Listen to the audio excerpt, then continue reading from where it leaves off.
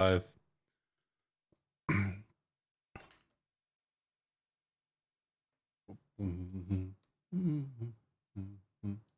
Hopefully this level works. I don't know if it will.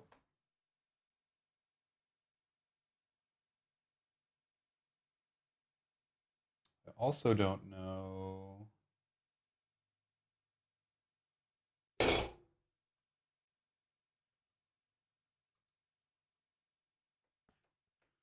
Okay, so I didn't copy the audio files over yet. I didn't copy anything like that over yet.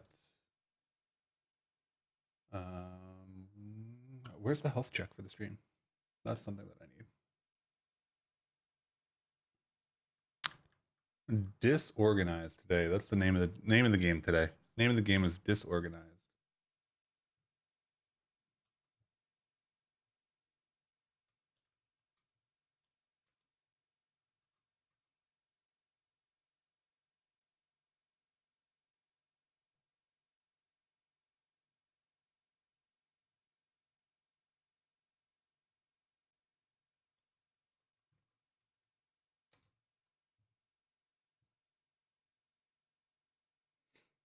Let's get the monitor over so that I am actually working on the game now. All right, so we're doing pretty good here. We have a game. Let's run it right now. Before I mess everything up, prove that it's actually working. Okay, so the game, I need to get those console logs out, but the game idea for the game jam is that you start playing this level. We need to, so there's 3 things I want to do today. Audio fixes, so like introduce audio into it at all. Jumping mechanic fixes, like this is super floaty. I would like it to not be super floaty. And then actual, like, get a level in here. We need to get rid of those logs on the left-hand side. But the game idea is that, like, this is a game, right? And you're playing, it's like a regular platformer, and you're like, oh, why is everything, like, unveiling itself as I go through? Or, like, why is the color going away? And the general idea here is that, like, you think it's a regular platformer, and then it turns out that the game is actually a different level than you think you're playing. So as you go through here, you can kind of like unveil the level depending on where you end up. Like there's some platforms up there. There's like stuff down here. The collision is still a little awkward. Like there's this pad that I can now reach over here and get to this, whereas I wouldn't be able to do that before. I don't think there's much else in this level. There's like gaps here that I wasn't expecting, kind of thing. Let's get all the way over here. And then one of the things I need to do is like when you land here on the end of the level, I think I'm actually stuck on a platform up there that I forgot about. I made a platform that was way too high, I think is the deal here. See if it comes down. Yeah, there. Nope, not coming down. Come on, Corgi. There we go. Secret platform up high. But yeah, so like it unveils like where you can actually land as you play the level. So like there's a 3x3 grid around your character, and you can kind of use that to like figure out where you can actually land and stuff. And like there's a jump pad that I didn't know was there until I was like right on it. So that's the idea. I'm pretty happy with where we are right now. I need to get rid of these console logs, right? Like the console logs are like super noisy. Let's do that.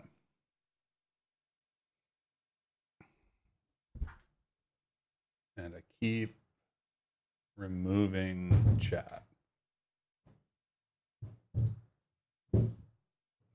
Hey, Jacob. Meeting ends, stream starts, perfect timing. Perfect. Welcome. So yeah, so I'm super hyped on this. I'm not getting my Rust analyzer formatting on save, which is unfortunate. But I'm leaving this variable in there in case I need to log anything out. Let's get rid of this Corgi processing. I have more or less figured out the positioning for the area that I need to unveil. So this system is called print ball altitude. It shouldn't be. Where's print ball altitude? Let's call this reveal level system. And then let's say that I'm going to go grab the actual assets here. So I'm going to try to grab the level that I was working on right before stream started.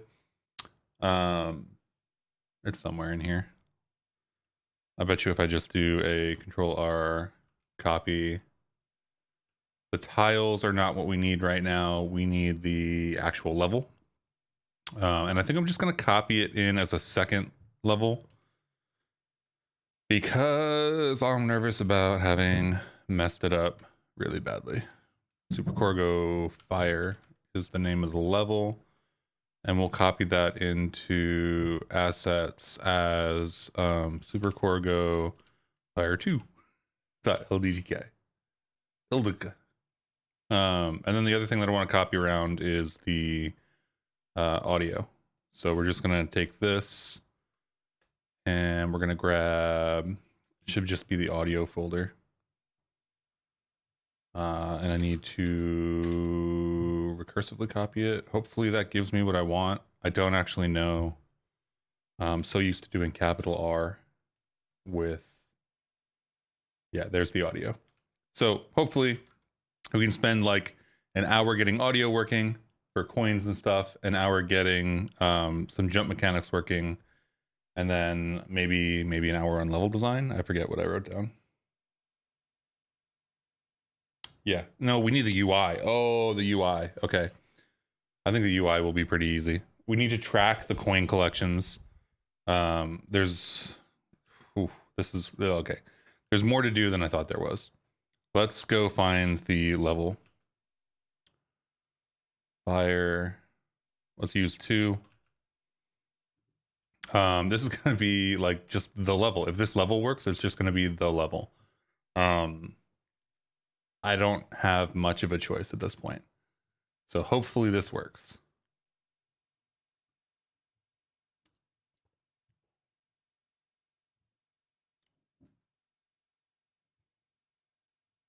Okay. Cargo run is working. You're landing. You are unveiling the level. Let's play through the level once. Try to jump up here. So this platform is specifically designed right now to be like just a little higher than you think it is. So you like barely make this jump, which is why this spike is not as dangerous as it might seem. And then down here, this is like a pad. And you're like, oh, spikes, get me out of here. This tree is like kind of like the level is falling apart is kind of the vibe. And you're like, oh, how am I going to do this? Oh, this puts me up. I'll try to make, oh, I can't make that. There's nothing there. Okay, where do I go next? It's kind of hard to figure out at this point because this is kind of like, okay, is this, okay, that's an actual thing I can land on. Let me land on that. Okay, that unveils that. Let me jump. So the mushrooms are gone now. Oh, there's a gap here. There is a plant over there that indicates that there's another piece of like the platform. So as long as I can get like over to this plant, I'll be safe. Then there's some decoy platforms going up. I didn't hide the actual ones down there. Okay, I need to hide the ones down there. This is a platform that actually works. This is a platform that actually works, but the ones downstairs, like down here, are supposed to be hidden. These are supposed to be like, in case you fall down here, this is like your way out. Right? Like you land here after falling through that gap and you're like, oh, dang. Do I have to reset? And you're just like, okay, there's a coin here. Maybe I jump for the coin, land here, yada, yada. And then like, you have to try to jump for that ledge, which isn't there. So like maybe you jump for the ledge and you're like, oh, darn. But luck would have it that if you jump into that platform area, you will land on something. So I think that the technique here kind of, and then it's like a fake end level. Like, oh no, the level's still going. Then maybe jump for this, and like the coin is here. And then like by now you should kind of like know like if there's a coin there, there's gonna be a platform. So you'll land here on that, and then maybe you'll try to jump for this one, make this. You can see there's a coin there. It looks a little high. I think this platform is actually too high. I might need yeah, I need a jump pad there to get you onto this one. And then this jump pad kind of reveals itself and should send me high enough. As long as I don't jump on it, as long as I run into it. If I run into it, it sends me higher. And then you kind of come down here. I think I need the coins on a separate level, actually. Then maybe I try to do this. It unveils that other one. I jump up to this one, and now I'm like, oh, what do I do? I'm kind of down too low. I do like a jump like this, maybe. And I discover that one. And then there's a coin up there, so I know there's going to be something below the coin, or I think there is anyway. So I get here, the platform reveals itself before I have to actually come down. So now I know these platforms are here, and I can try to like jump up like this. And then this is the end of the level. So we need to do level end collision detection. The fake end level is great. I'm actually really enjoying this concept. Like I wasn't the concept was kind of like just for the game jam. And I wasn't sure it was going to pan out, but I think that like for the one level it works reasonably well. And I think if I came up with like actual game rules, like when there's a coin there is always a floor below it or something like that, those kind of things. And like spikes need to be placed in places where like you're not going to just accidentally fall into them. So like there's a lot of level design to do that I'm not going to be able to have time for and do. But okay, so what do we do here? I think we might do some jump mechanics first, because the jump mechanics are going to define some of the other stuff that we can actually do. So the idea for the jump mechanics, well, okay, there's two things we can do: jump mechanics or tracking of like coins and stuff like that. It's like a Stranger Things vibe. Yeah, like that second level vibe for sure. Or like under other universe kind of vibe.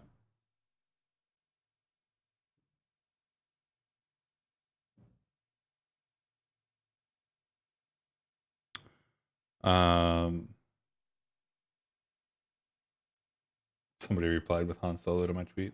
That's funny.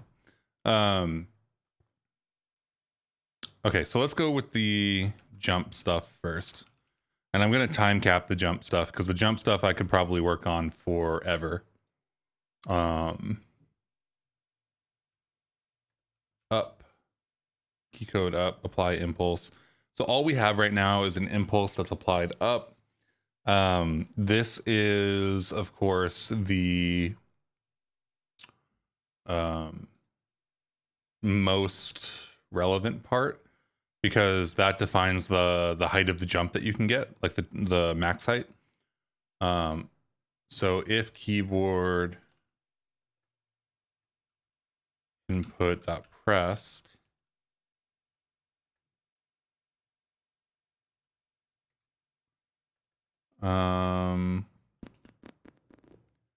let's say it does have to be key code up, right? So we're kind of checking to see if the player is still holding up. If they're not still holding up, then we have to check like the velocity or something. Let's see. The impulse is going to be upward. So I think we do check velocity. Do we have velocity here? Rigid body velocity.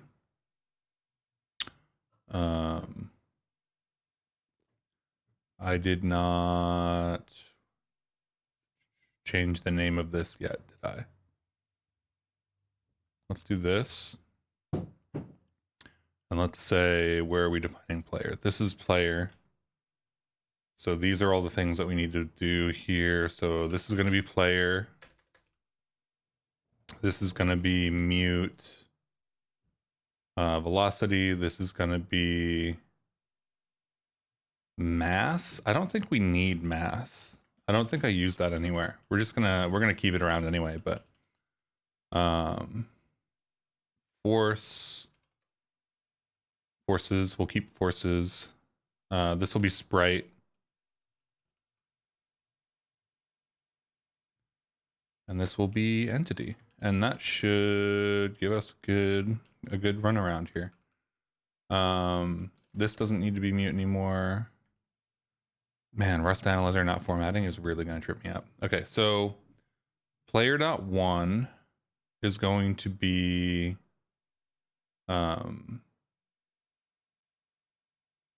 velocity, right?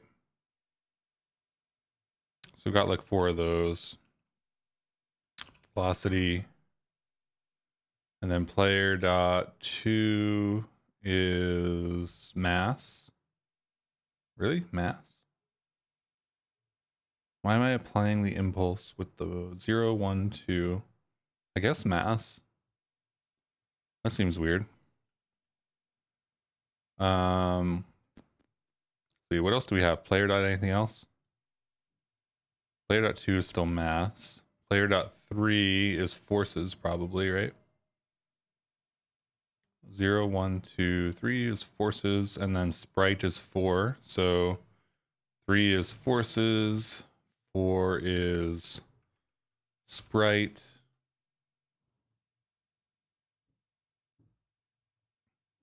And then 5 is player entity. I'm going to rename this player entity.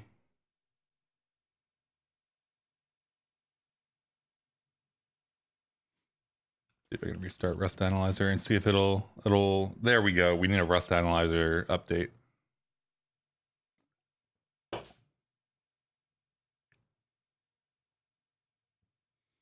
So that should all work as expected still. If just pressed up, then we apply impulse, right? I'm sort of counting on the fact that just pressed and pressed are going to give me different results here.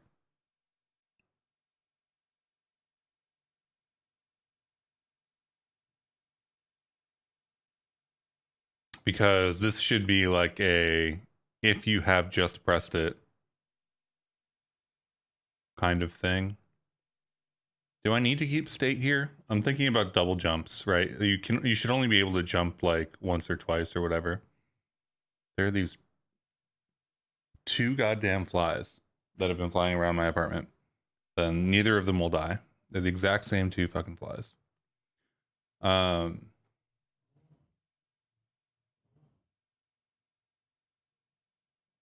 Okay, so we have just pressed key code up, and then this will fire if else if key code up. So this will fire for the first press, and this will fire for continuous holding. So let's do else if not keyboard input pressed, right?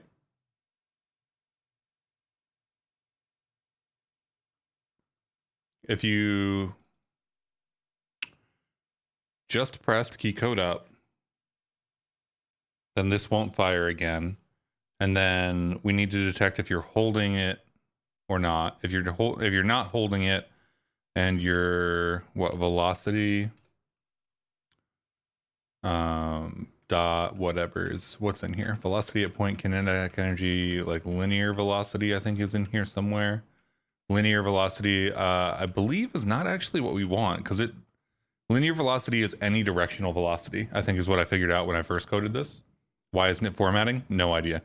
Because it doesn't like me anymore. It does this sometimes. And I have to like I basically have to like restart VS Code. Like whenever VS Code is like, hey, you know what you should do? Update. It just stops working. Which is actually really annoying because I leave stuff open all the time. So velocity, I don't think is what we want actually here. Unless we can get some kind of like Y directional velocity.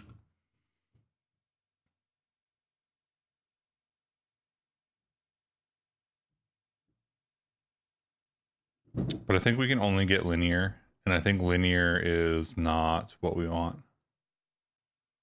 Because I think linear dot YY maybe? No. Dot, yeah, okay, so YY. 0.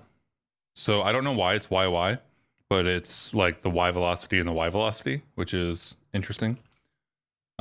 Speed equals velocity, linear velocity, YY. You just really want to be annoying right now, don't you, Fly?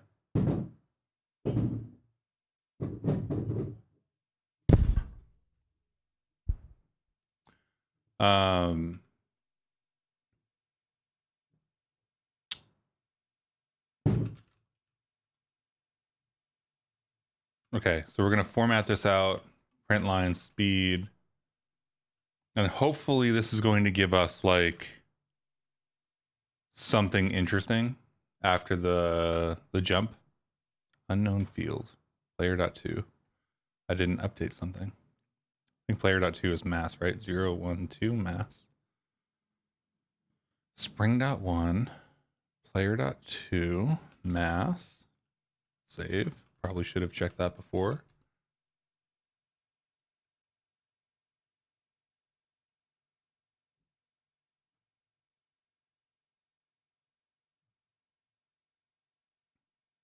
Okay, so we can see that it's like gradually getting faster and faster as the corgi falls, and then we get like approximately 0. We're dealing with floats, so it's not actually 0, right?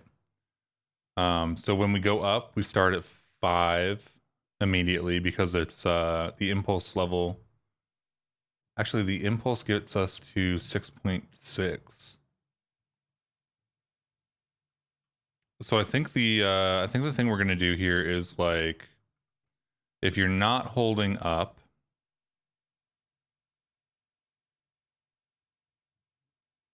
so if speed is greater than 0,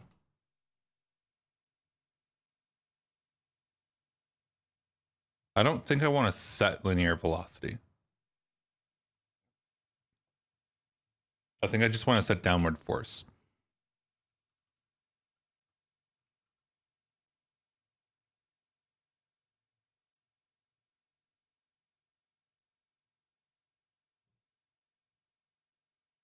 Right, like this will just keep pushing down as long as this is the case. This is an X value, so let's go with the Y value. Let's make it like a -5 or something. I don't know what this is actually going to have to be, but I believe that Corgo run. Streamer destroys Moonlander trying to kill Fly. Watch until the end. Not clickbait.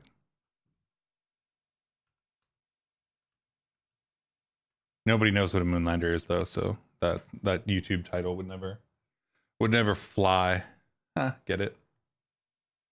Are you fucking serious? Don't these things like live for like a day or two? Like they should be dead.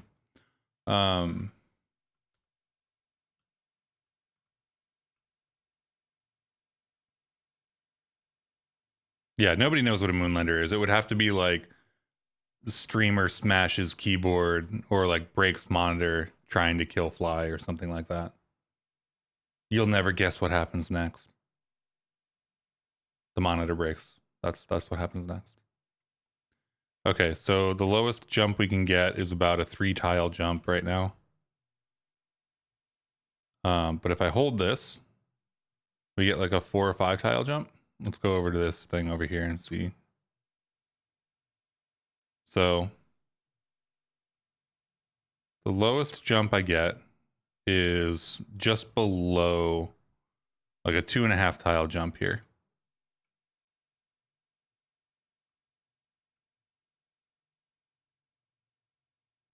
And it doesn't seem to be like falling any faster than gravity, which is nice. So it's not like throwing you down. It's just getting you back to 0.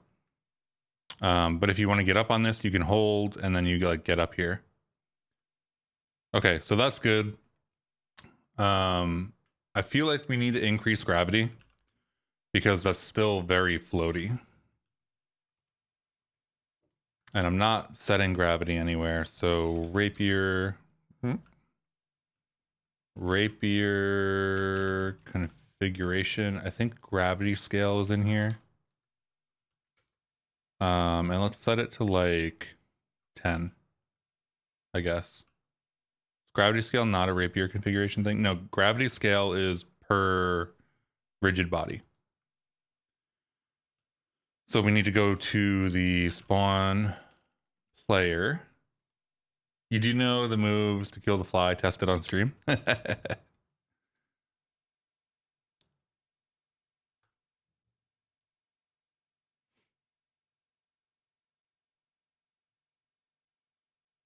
Rigid body. Is this gonna go here? I think it's on the rigid body. It's either on the rigid body or the collider.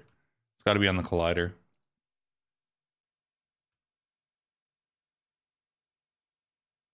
Apparently, Rust Analyzer thinks it's neither of those. So let's go to the Bevy, Rapier, 2D. We're now at the state where I've had VS Code open for so long that it wanted to update, and then Rust Analyzer wanted to update, and now everything's out of whack.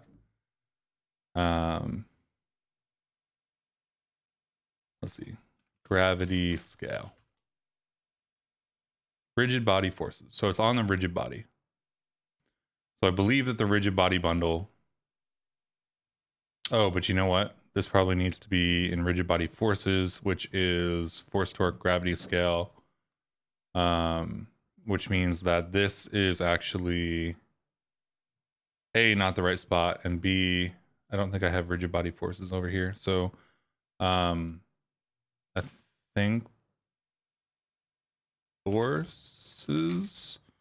So rigid body force is gravity scale default, not asset server. I hate the way that these things pop up and then they like go away.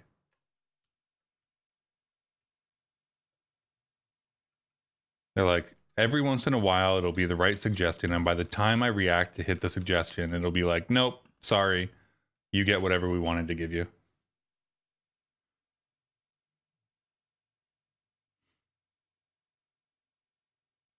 Not gonna lie, I'm actually hoping that people maybe don't come to watch the stream.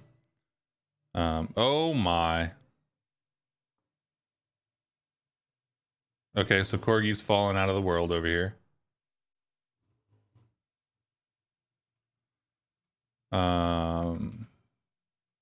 Let's do, where's the spawn player spawning the player at? Collider is probably where we set that, right? Nope, collider is not where we set that. This is negative 410. Let's do negative 41.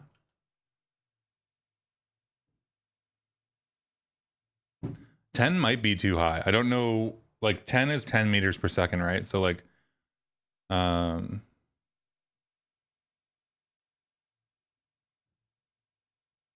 okay, so the Corgi pops in.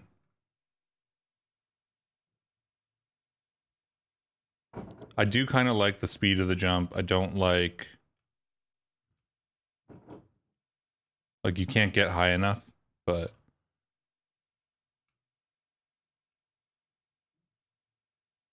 I do want it to be like a 4-tile jump or a 5-tile jump. Let's bump the scale down a little bit and see what that does. I think it's still going to be very floaty. My guess is that was 10 times gravity. Like, judging by the way that the rapier stuff works, I think that was 10 times gravity.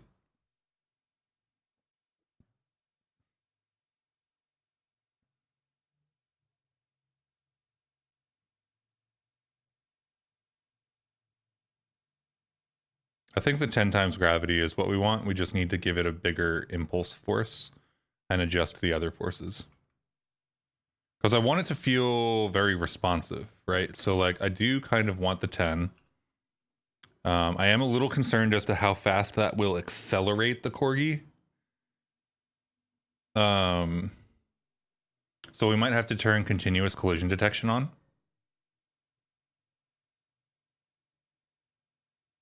Depending on some of these vertical jumps. And then the impulse for the actual jump needs to be adjusted. So impulse, this is what player spawn, control, apply impulse, just pressed key code up. This is 2.5 right now. So let's make this, what did we do, 10x? So this needs to be 25 to get to the same height. And then the force will multiply by that as well.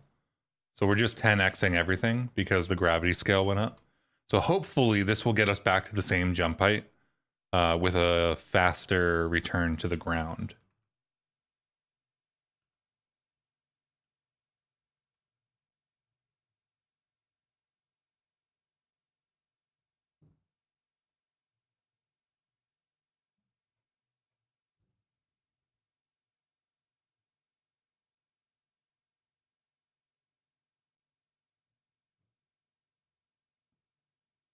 Something tells me that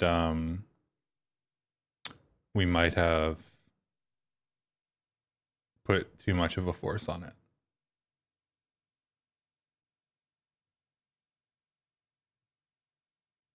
How high can we actually go in this one? Oh God, that was, I landed on the spikes. Okay, so we're at 0. If we hold that all the way up, we just fall through the level. So we do need to turn like continuous collision detection on, whatever that means. So 2.5 times 10 should be 25. 25 is way too much. So the gravity scale before was something else. So let's make this 5. Let's just double it.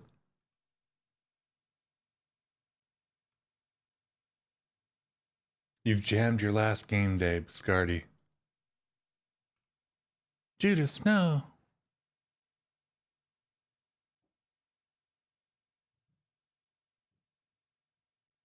Let's see.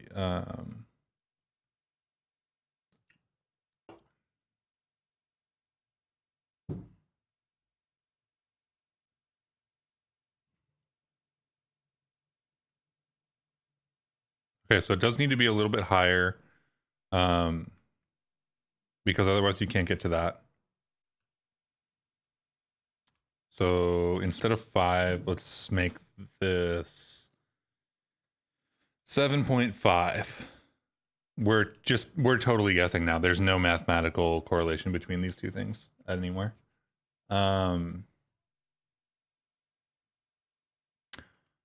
We did 5x the force downward when you're not holding up. So TBD on how that goes.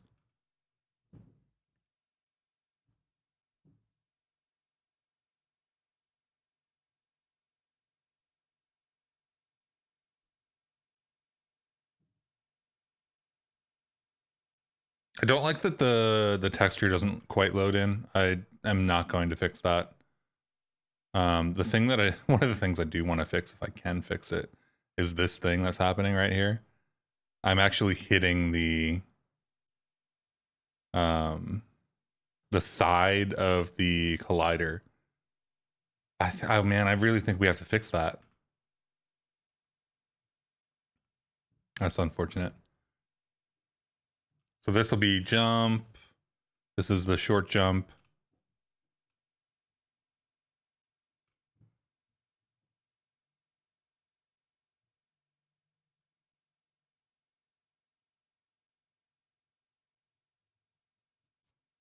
I feel like it cuts off pretty quickly.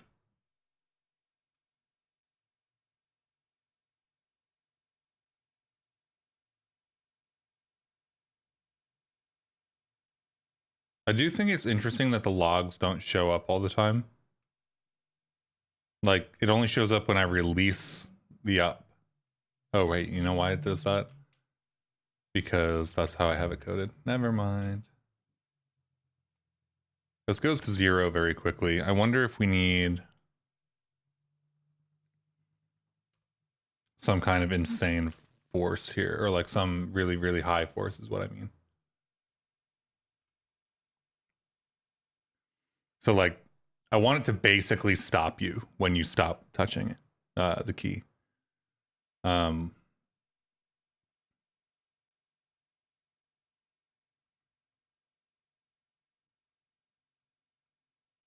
That looks really janky, actually.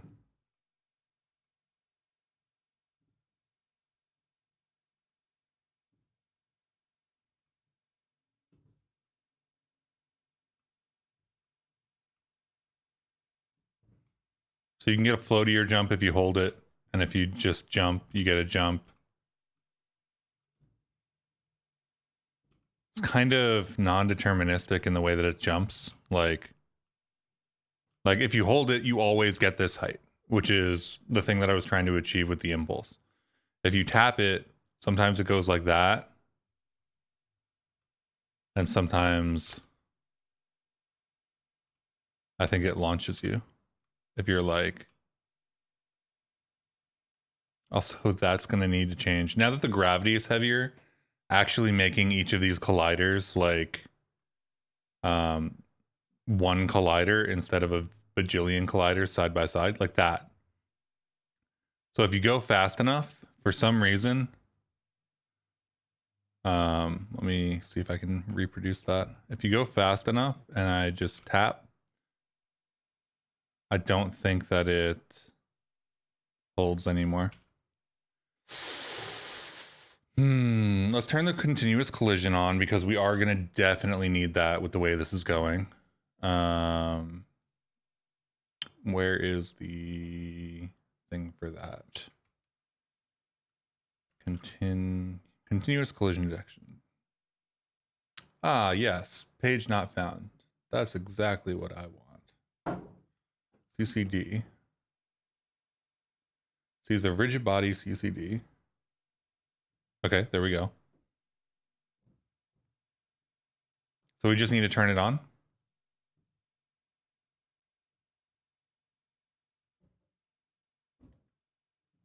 I think that because this is just the player that we do need to do this.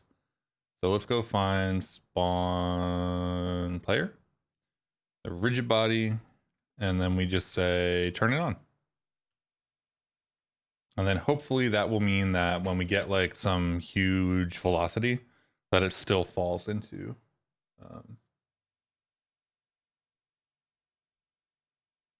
But it still like does collision detection, right?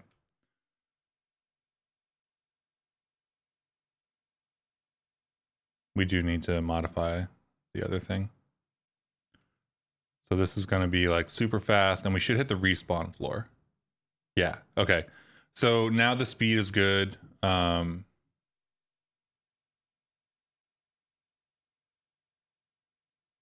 is, oh man, it's so like, that doesn't feel good the way that it forces the corgi back down. I feel like I'm floating. I just want it to stop.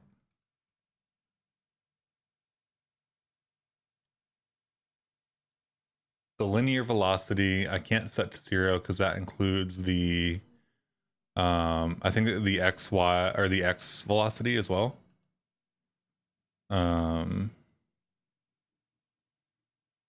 Okay, so let's do, I think the collider stuff is important, the way that this is going. We've got about 13 minutes left. I wonder if I can get the collider stuff working. Let me commit this just so we don't lose anything. Super Corgo Fire 2.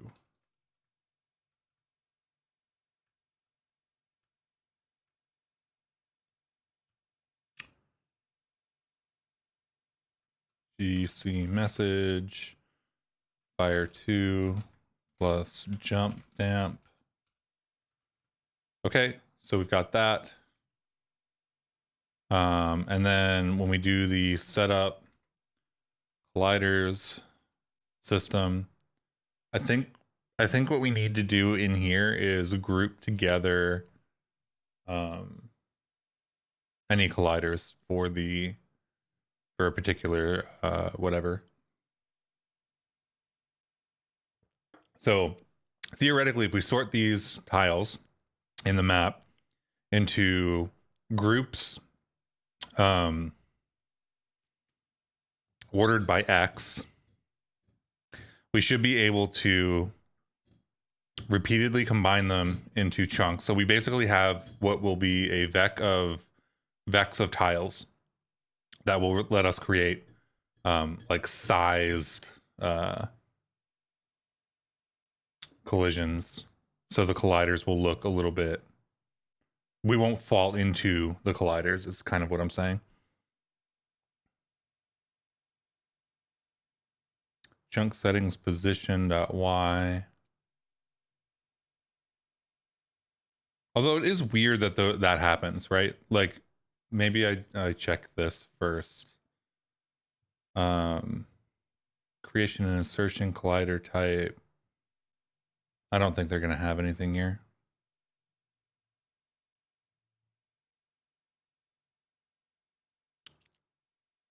Mass properties, position, bevy transform, sync, restitution. How elastic bouncy a contact is. Is that...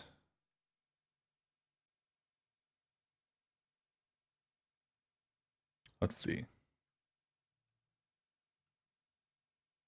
Restitution on the...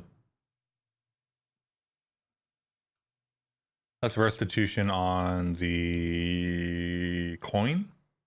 That's weird. We don't need that. Restitution on the spike, if I remember correctly. This is the spike. Yeah. And then this is the spring. Does spring have restitution? Spring probably shouldn't have restitution, right? Like you should just bounce off that thing.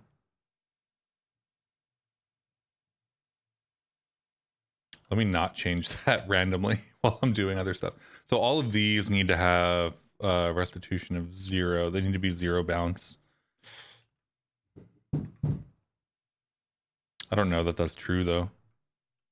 Let's see what it does if we don't have restitution. Try to run.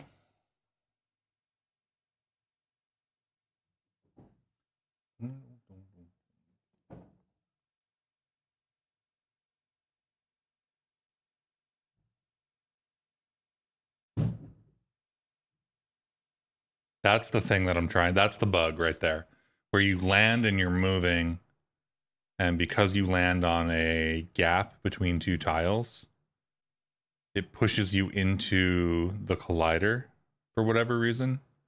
And when it does that, you actually get stuck on like one of the colliders or whatever. Like you shouldn't be moving forward, jump, and then be like forcibly stopped. That's what I'm trying to avoid here. So the restitution doesn't do anything. But these are the ones that we need to collect. So let's get rid of, or not rid of, but let's collapse this. Let's collapse this. Let's collapse this. Jacob, if you're still around, they're doing more on my roof today, or on my my upstairs neighbors. I can hear them. I can hear it happening.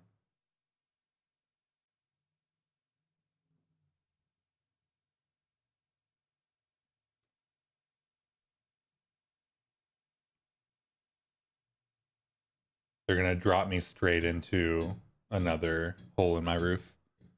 They're still going. Yeah, they're still doing it. I don't know what the fuck they're doing, but they're still doing it. I can hear them hitting a hammer on something that sounds vaguely metallic.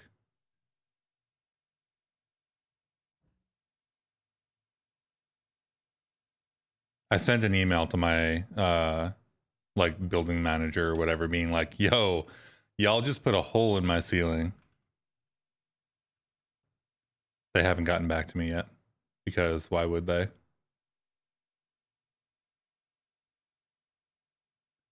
Not gonna have a rigid body.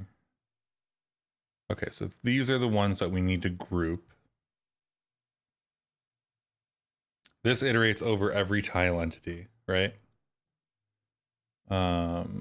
Is this has got to be,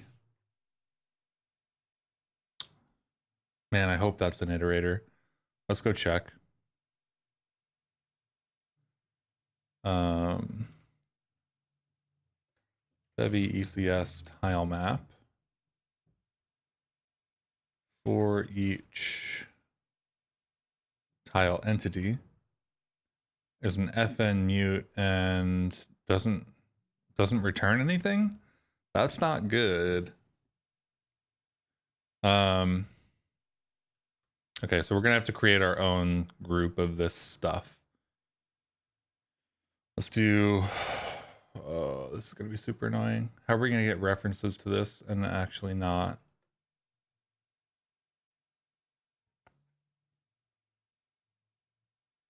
You know what I think I'm gonna do? I don't think I'm gonna do it by tile.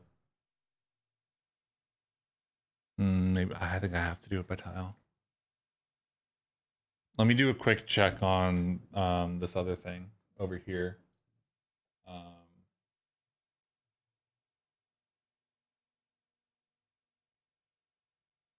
Layers, entities.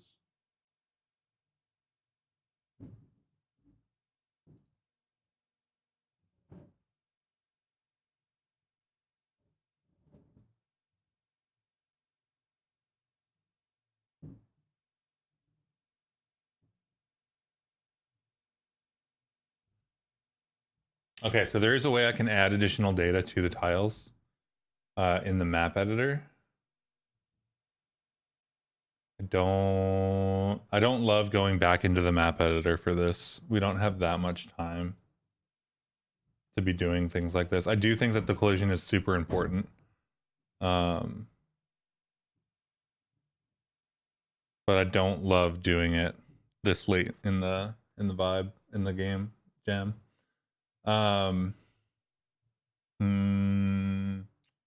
What do we do? I would love to be able to draw stuff that isn't just like one tile. I guess the other thing that I could do is actually parse this myself, right?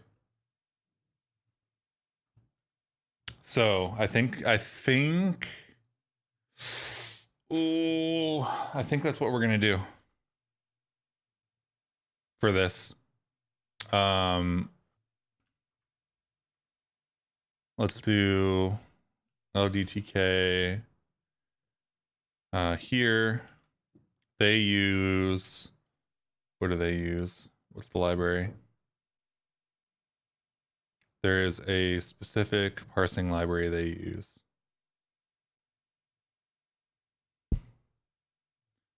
LDTK Rust. So at the worst case, we can just use that. Can we query for the map?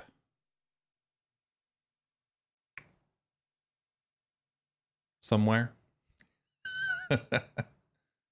Can we just do like LDTK map is like a res LDTK map? Does that work? Please tell me that just worked. That was a total guess. I have no idea this API exists.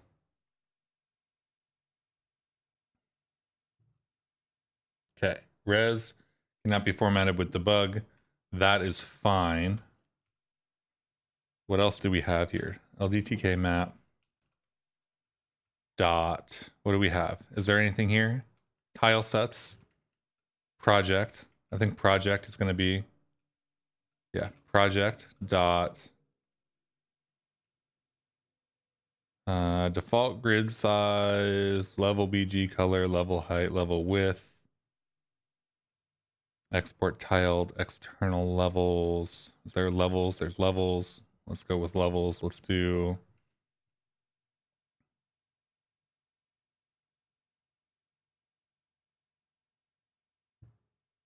we're just going to set up all of the collision for the entire thing here.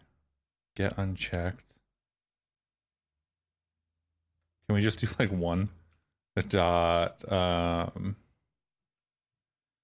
world X, pixel height, pixel width, neighbors, level BG, layer instances 0. So we're gonna do level 0, layer instance 0. Can we debug that? Oh, that's gonna be, it's gonna get mad at me for this. Cannot index into a value of type option. Fine, I don't care. Let's do this. Which thing is this layer instance option?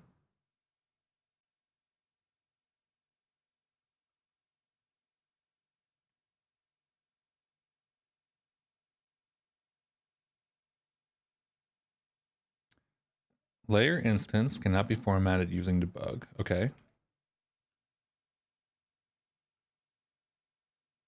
What is a layer instance? Let's go here, here, no, here, docs.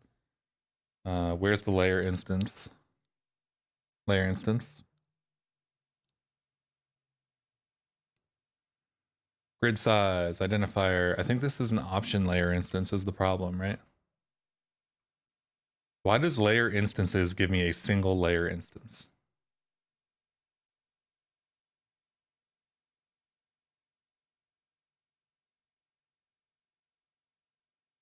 This is so gonna break in future versions. This is gonna be so janky. Tile set optional rules, grid tiles. I think grid tiles are what we need. So LDTK Rust. Let's see, let's just go down from project. We're in project. Project has a levels. Each level has a layer instance, which is an option of a vec of layer instances. So this could be null, but we aren't saving levels separately. So what we're going to do here is dot expect if you save the levels separately, this will be none. And then we're just going to index into it because, yeah, because dot grid tiles dot, what is grid tiles? Okay, we're in a layer instance.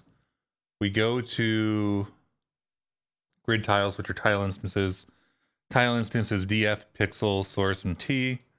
Pixels is good because it gives us the position to place the colliders. Maybe we can get a more exact pixel thing. df, t is the type. Oh, there we go. Tile ID in the corresponding data set. Pixel coordinates of the tile in the tile set. Pixel coordinates of the tile in the layer. Internal data used by the editor. Okay, we don't care about D. Wait, for tile layers, coord ID. Okay, whatever. We don't care about that. Flip bits, a 2-bit integer to represent the mirror transformations of the tile. I didn't mirror anything in mine, so we're just going to ignore that. So we need .px, and we need the tile ID.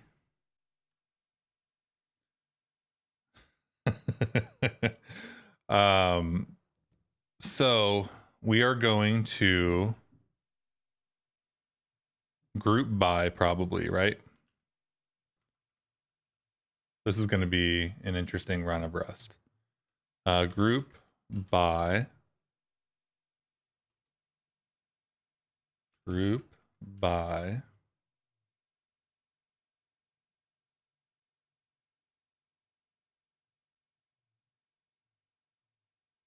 how do I specify the key? Group by, copy this in.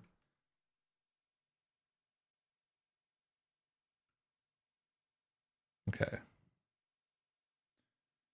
Tile dot t. That's not what I want, actually. No, that's not good.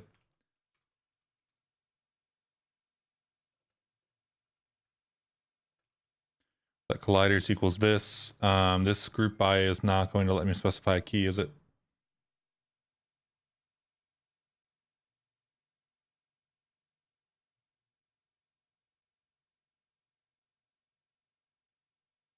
Chunks, is chunks what I want? Turn an iterator that can chunk the iterator. Yield sub iterators that each yield a fixed number. I don't want a fixed number of elements though.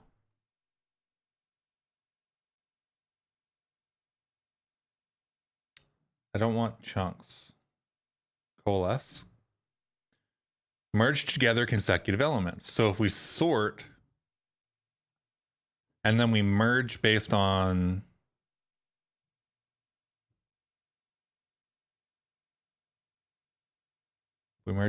what?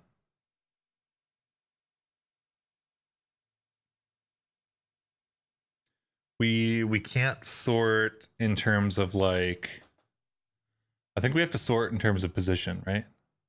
So we filter down to all of the tiles that we want with T. So this is actually going to be tiles dot filter. This is going to be a tile, and this is going to be annoying. 543 contains. These are all the tiles we want to make colliders.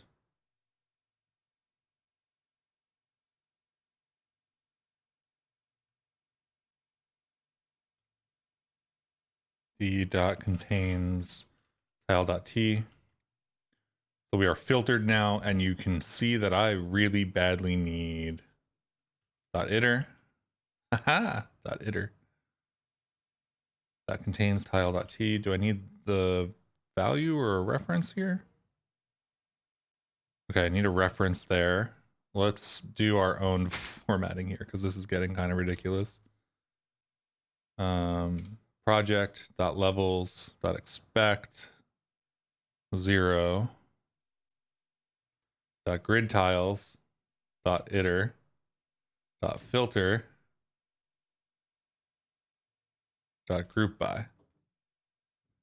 Let's take this and not delete it. Let's not delete it. That's not good. Let's do this.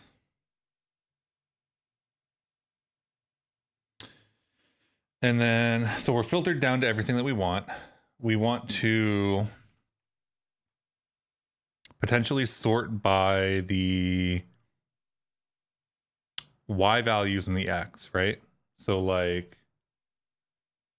we have these positions.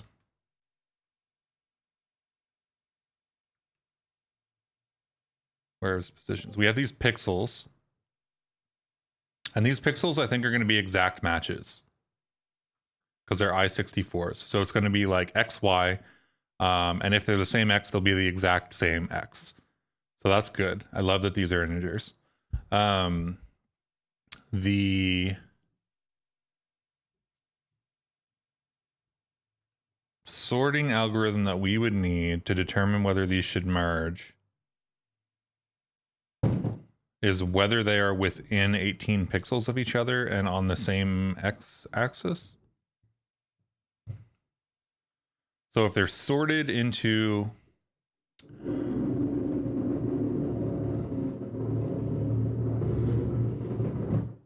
I swear to God, if another hole pops into my ceiling on stream. So if we sort by Y coordinate, right? So the only place that we have contiguous colliders is through the X values. So if we sort by Y, then we get everything in X, and then we sort by Y and then by X.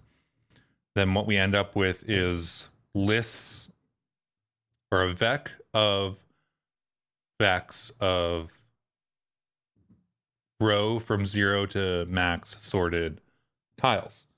So as long as the next tile is within what 18 pixels or whatever it is, then it's part of the thing.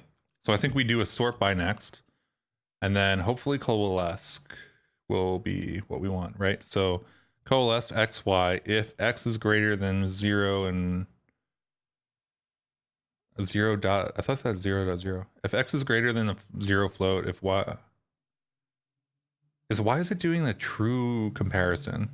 Okay, anyway, if true equals true, then give me back x plus y, otherwise give me x and y. Is there a size on these tiles or something? Am I going to have to construct the tile because these are going to have to be the same type coming back from this?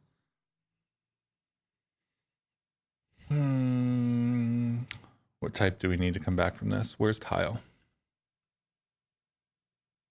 Pixel, source, df. What if we new type it and just add our own sizing? Or we just return a vec. I don't even care. Let's just return a vec. So it'll be a new vec of tile. So we need to first sort, which hilariously I've done before.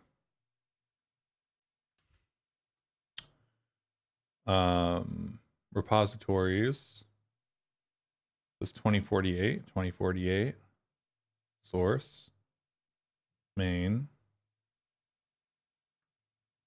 sorted by. I'm literally let me make sure that that's the right one. So I think this is literally like I can just copy and paste this in here, and as long as I import the right things and swap out the right values for the A's and the B's, we're fine.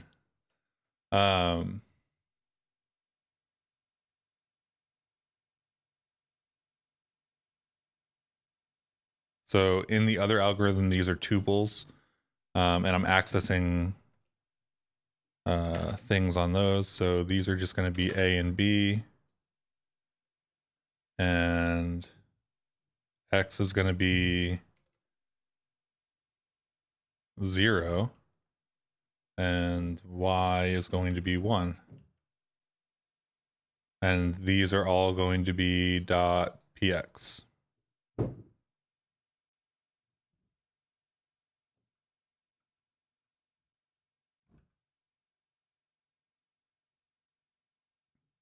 And with any luck, this giant chain of Rust should come back to not bite us.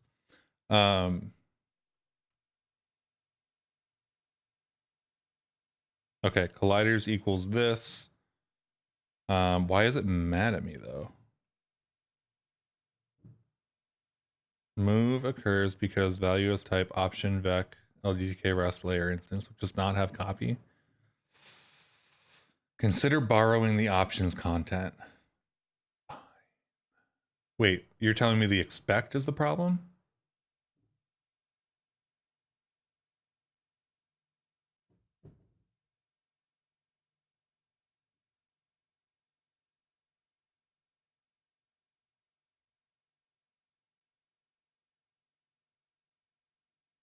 So you're telling me that if I do this,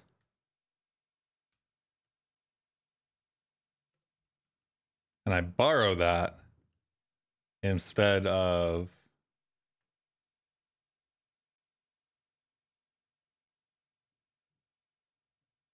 wait, I don't need to borrow the layer instance. I need to borrow the thing inside of it. Okay.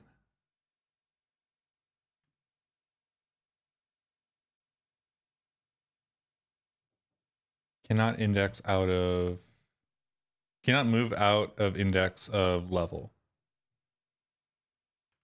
I think that we can just be cheeky about this in that case. Like these things aren't very big.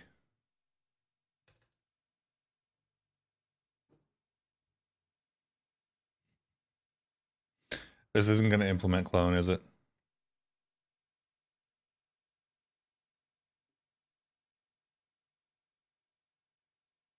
Due to unsatisfied trait bounds. The method clone exists for struct layer instance, but its trait bounds were not satisfied. Okay, let's just chop this off of this whole thing because let's do this. This isn't going to be colliders. This is going to be, as long as I don't command Z randomly. Let layer instance equals that. And then this will be colliders equals layer instance. And hopefully that'll just give us a little bit of a better error message. Because this will now not have to infer through the entire chain. It'll just have to, gives me the same thing, layer instances dot expect.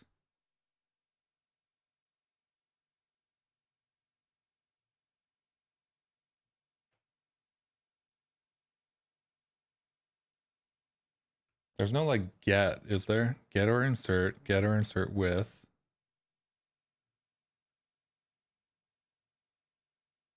Is layer instances a vec? No, it's an option, right? It's an option vec.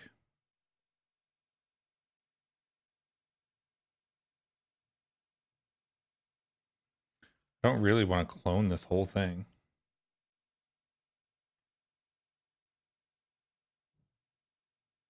Cannot be called on option vec LDTK Rust layer instance due to unsatisfied trait bounds. Okay, option doesn't satisfy clone.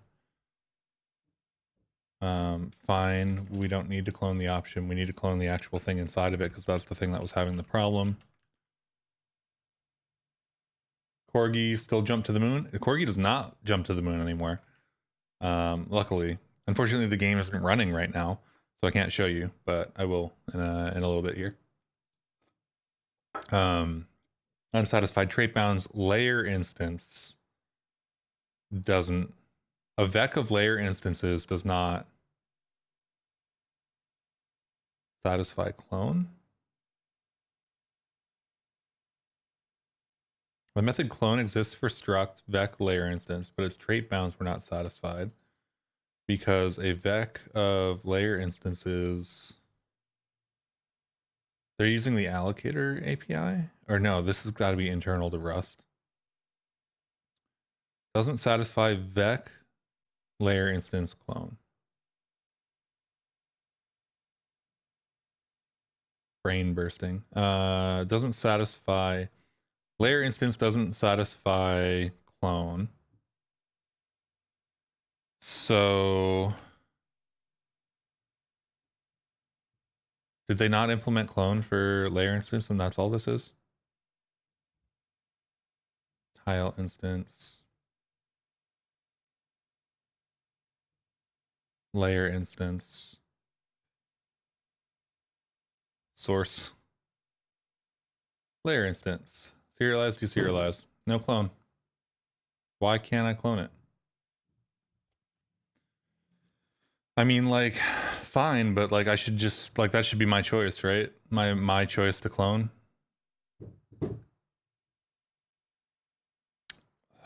Fine. Can I take the reference? I can't take the reference from inside of the option. That was the issue, right?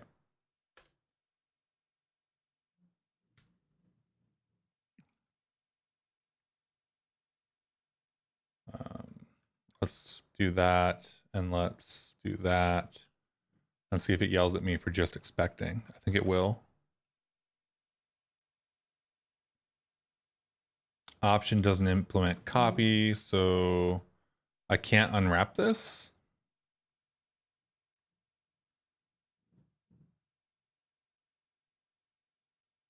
Oh no, I can't move it out of level. Okay. So this needs to be a reference. which is fine. So let's start off with this. We'll comment this out and make sure that this works. Right? Can't move out of the index, so we need this to be a reference.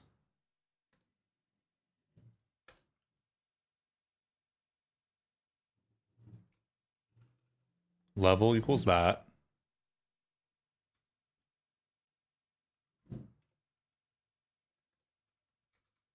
Equals level dot layer instances. Yelling at me yet? Yelling at me already. Probably the same thing, right? For the layer instances. So can we expect this now?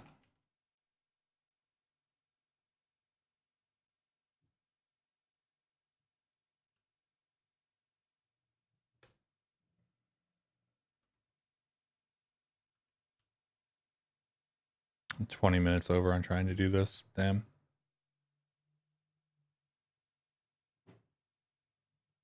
It's totally going to complain about me unwrapping this, isn't it? I don't want to fork this library today.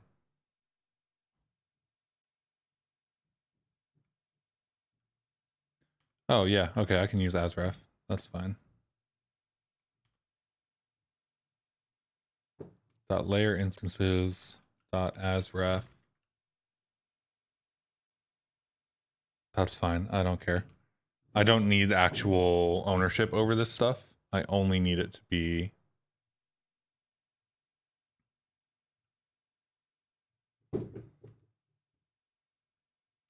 I'll have to go back and take a deeper look at what's happening there. I'm just trying to get it done for the moment.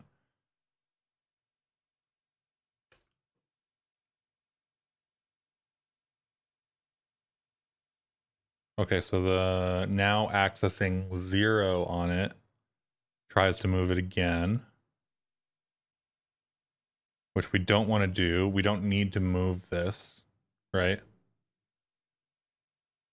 So what if we take a reference? I really wish my formatting was working, because that would make this a little bit nicer for everybody to look at, including me. So let's see, we have level, we have layer instance. Let's move layer instance over because we're defining here. We're just making sure that we're taking references to everything that we're working with, right? Like, the problem here is that I wasn't doing this as I wrote it, and they don't implement clone and copy and stuff, so we have to just go back and be pretty explicit about what we're doing. Sorted by. And now we're good. So now we have everything. So because none of these structs in this project implement copy or clone, we can't just copy them out implicitly. So Rust makes us be like, hey, you know what? You're actually taking a reference here and here and here. So that's fine. We can do that. It's just a little bit more annoying. Let's put that on one line filter, sorted by debug colliders dot collect.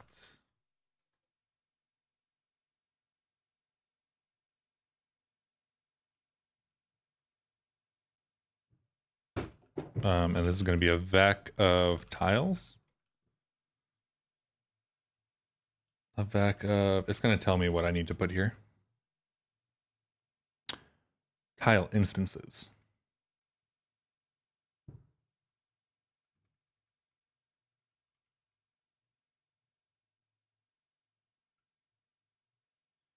Remove debug, never. Not found in scope, yeah, I know that. I was hoping that you would import it for me.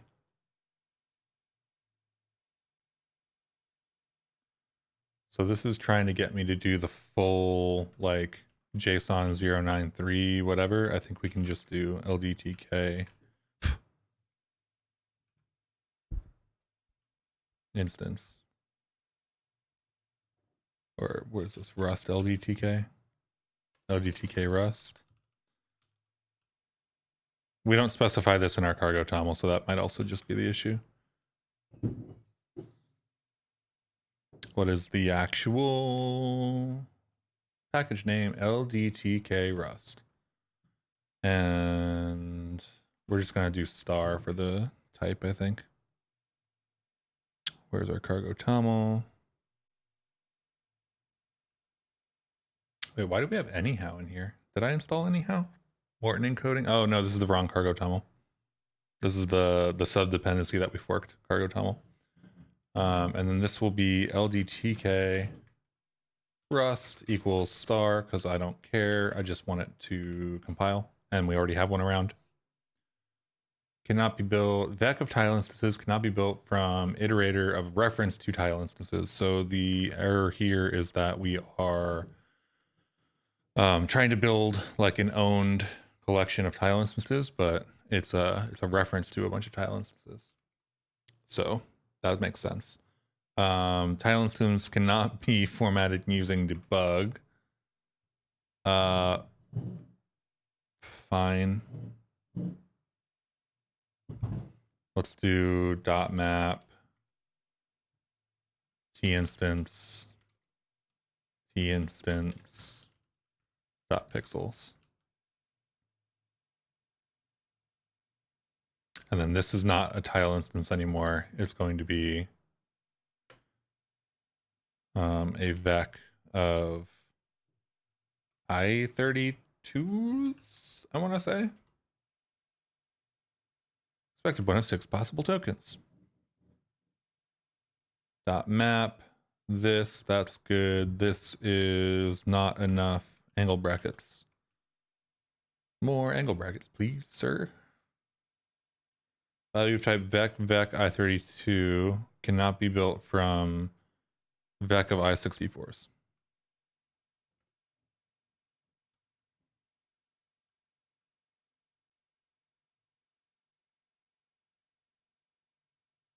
Instance has type vec I64, which does not implement the copy trait.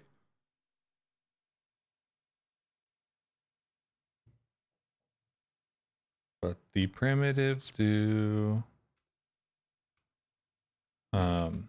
You know, we're just gonna take ownership of this stuff. This is a vec, so you know the Rust standard library implements clone, which we're just gonna take advantage of because I'm kind of tired of dealing with, like, I don't need this to be super optimized. I just want it to work. So we should get this dump out here of sorted tiles now, except we don't because the resource doesn't exist.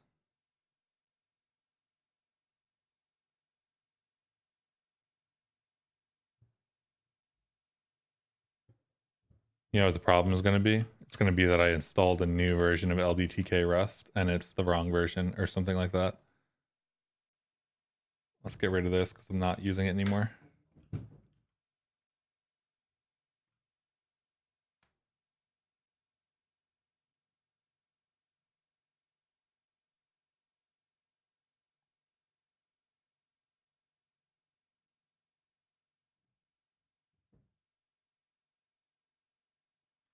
That's not good because that was working a second ago.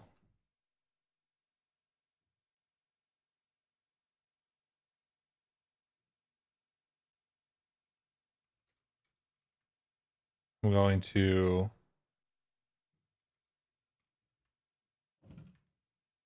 do a whole bunch of stuff here. I'm gonna cargo run and we're just gonna rebuild. And while we rebuild, we will rebuild. I'm gonna look at what I did here. I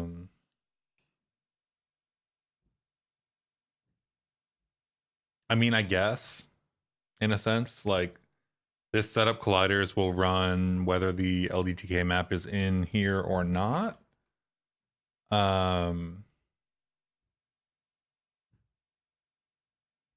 So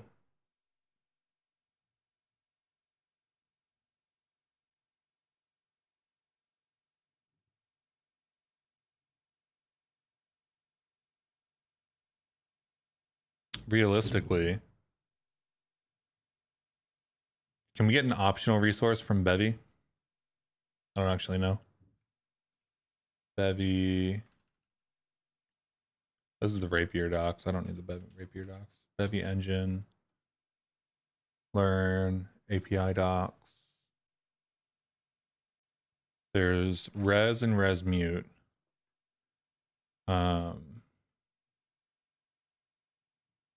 Let's go check the prelude instead of trying to Google for this.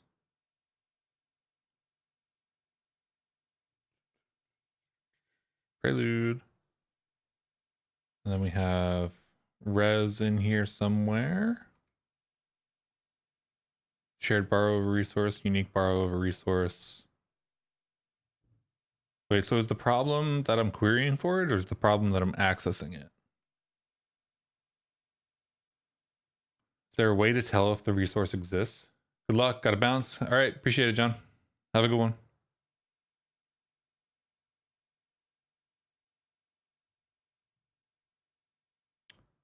$244 of system param.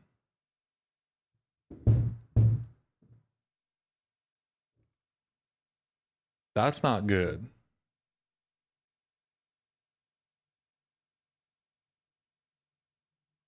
We're kind of over time. Well, I already got the other stuff working, so we're cutting into audio or GUI time right now.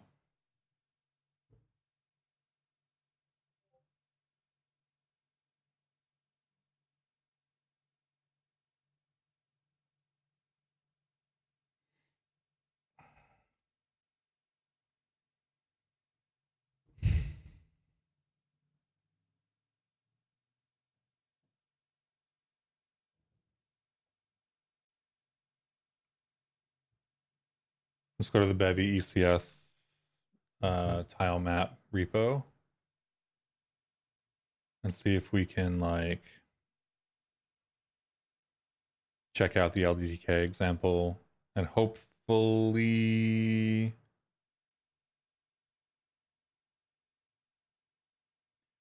this has a way to query. Nope, it does not.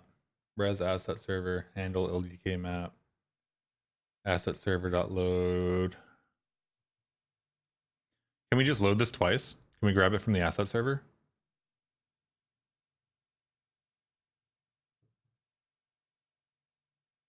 How do we do this? I don't I know, you know what? Maybe it's a res handle.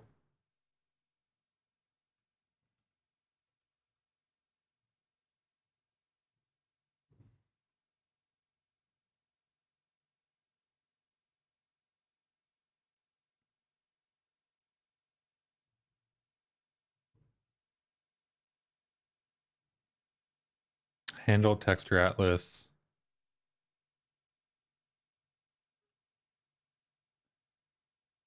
I think it's going to be something more like this. I think that's just my problem. I think that I just didn't access it correctly.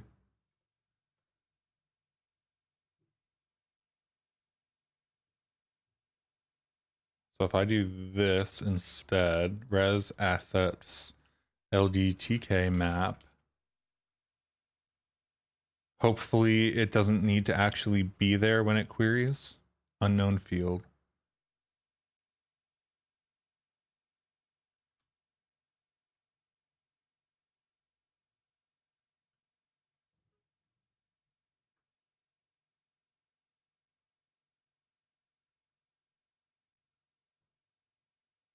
Dot what? Dot iter. Dot get.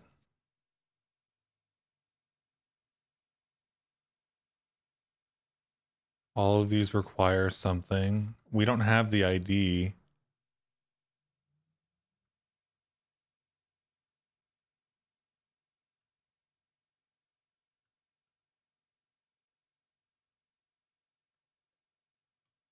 Can I just be super cheeky about this? First probably doesn't exist, right?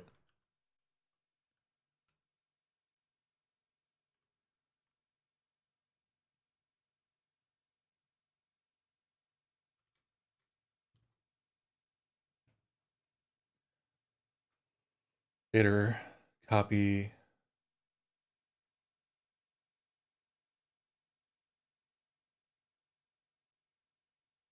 Oh no. Oh, it's just named next. Wow, that's almost embarrassing.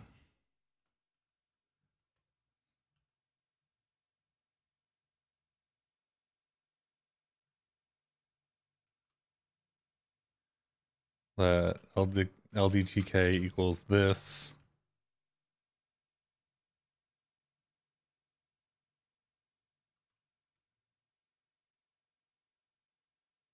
This project's still not gonna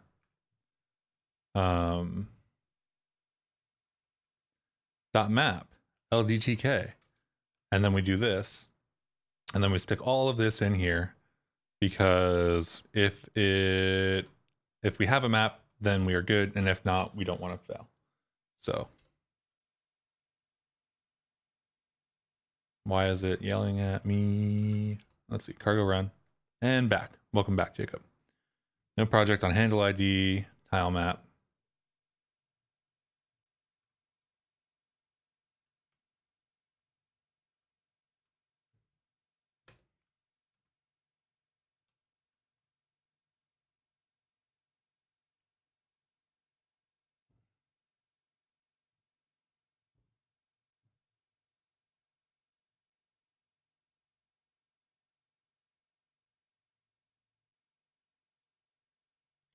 Okay, all right. Relax. Okay, so we've got all the tiles. Ah.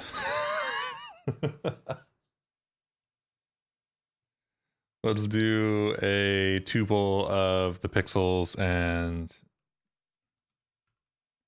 the type.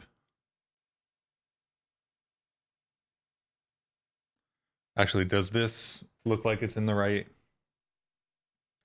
So this is XY. So 252, 252, 252, 252. 88s, 324s, 360s.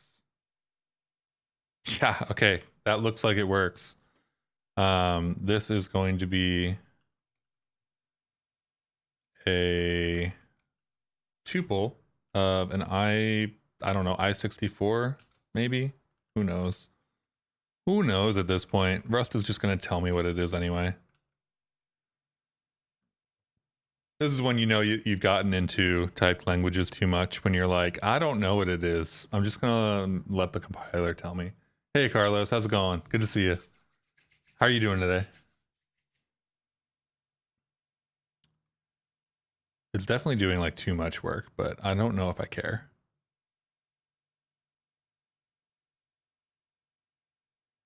The jumping feels awful.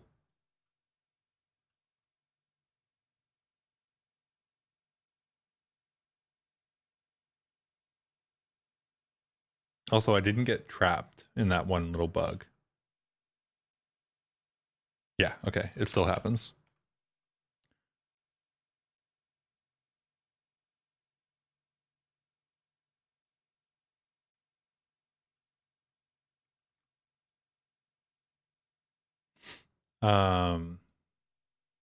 Okay. So we've got our vibe now. We've got the tuples. These are all not grouped, but they are next to each other, and they are exactly 18 pixels away in the x-axis if they should be merged. So we are going to, we've dot mapped over the colliders. We don't want to collect yet, so I will just comment that out. We will do coalesce. How do I spell that?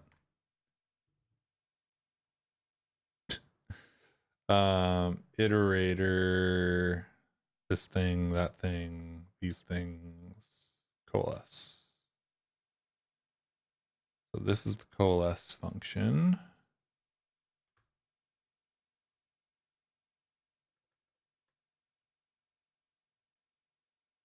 I think I have itertools at the top. Every time I see it not being used, I want to get rid of it. So I might have deleted it. Let's go check. 559. Itertools right there. Nope. didn't delete it. Okay, so coalesce.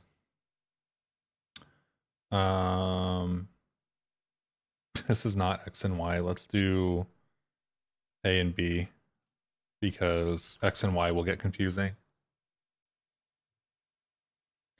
So if B dot 1 dot X minus 18 equals A dot. Wait, this doesn't sound right. I'm coalescing. I think they all have to be the same type, right? So this is a function that takes an item and an item and returns a result of item or an error with both items. So when we put this in, I think we just have to wrap everything in Vex before we do it, because we're doing the ugly path to Rust right now. So we're doing this.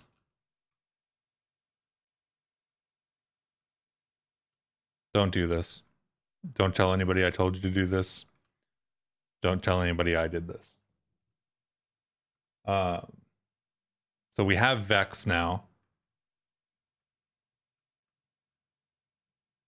And these are going to be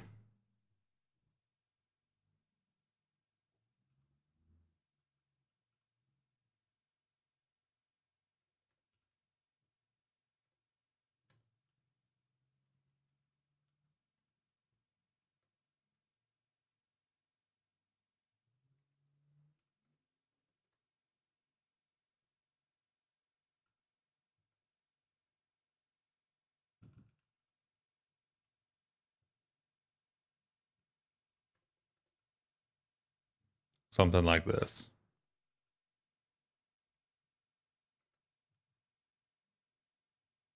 So this is going to be a vec of a tuple of a vec.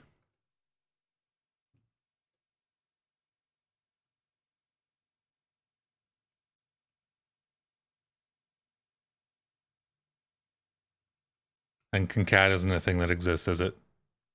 What do I need? Append?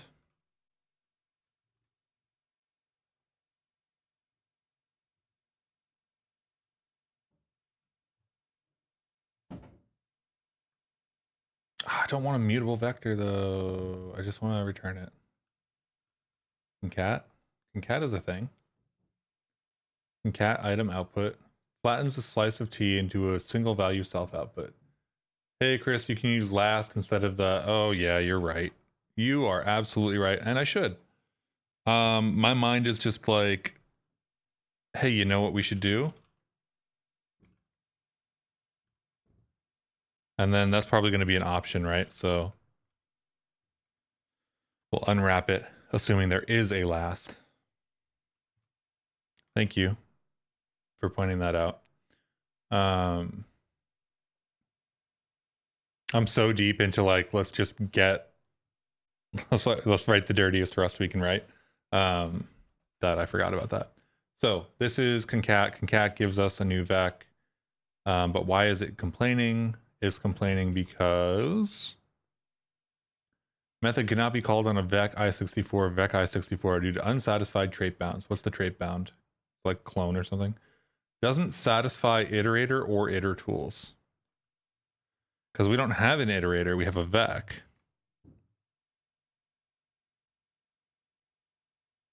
T has concat item, and concat item is an iterator related trait.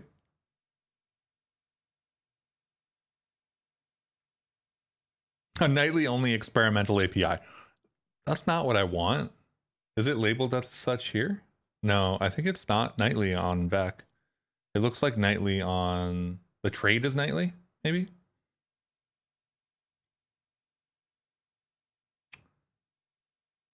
I don't want to make these mutable, but I could. I am making the vec.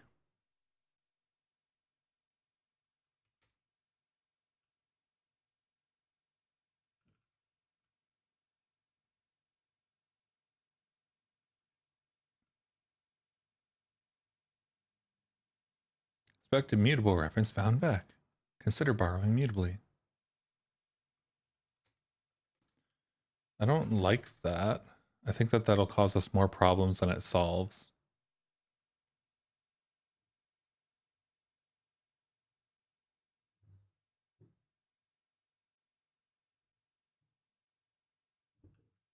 We also don't really need that to be mutable.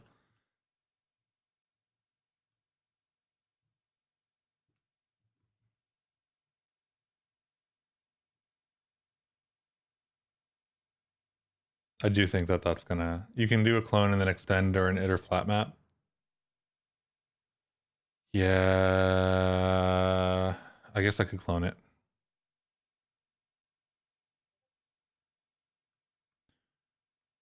You know, cloning it probably makes more sense if I'm going to mutate it anyway. Append takes a mutable. Concat is what I wanted. Right? Where's concat? Concat not here anymore.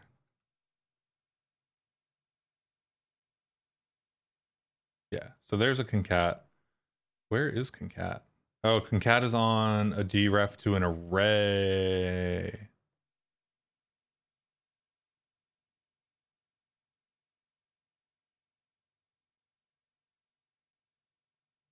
So that's flattened. That's not concat. Come on.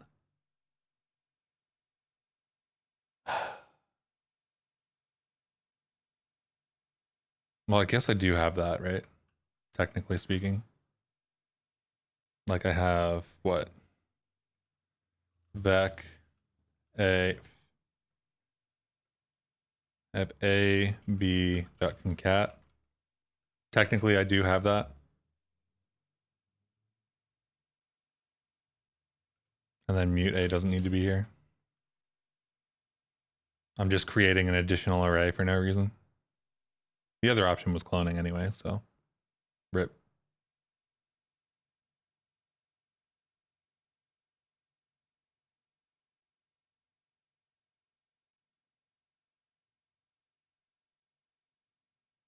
Okay.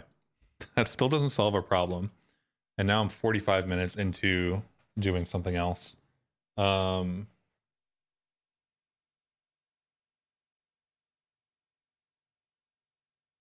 that coalesces. And then we end up with collecting into a vec of vecs of tuples that are I64 vec I64s.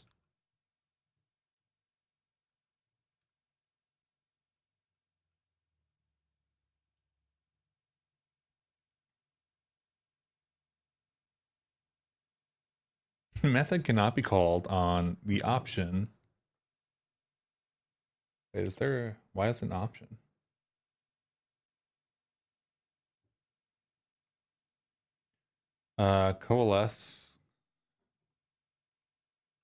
Coalesce gives us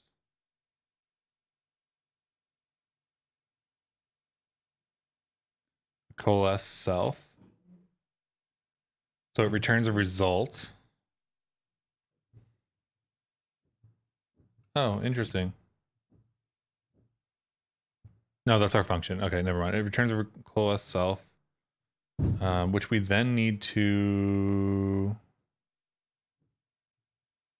Are we just getting an option vec here? Wait, what's the return value here? Iterator element type is self item. Closure F, coalesce. Coalesce probably implements iterator still, right? An iterator adapter that may join together adjacent elements. Yeah, so we still get an iterator. So what I'm expecting from this is a vec of vecs. Right? A vec of vecs of the tuples.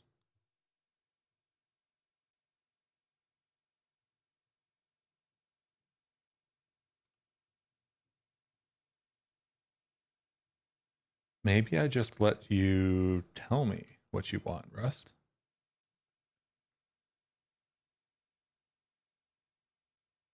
And by tell me, I mean I'm going to put unit here and you're going to tell me.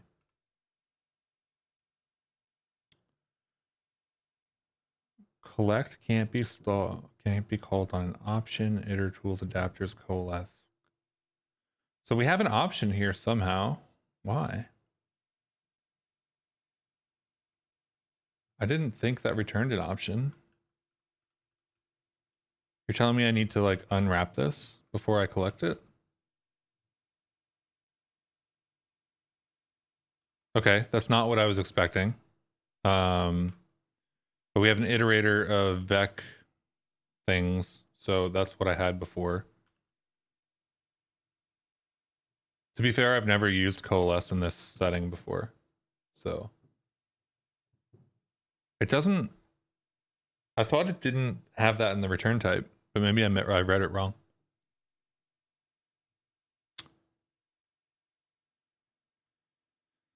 Option unwrap has no.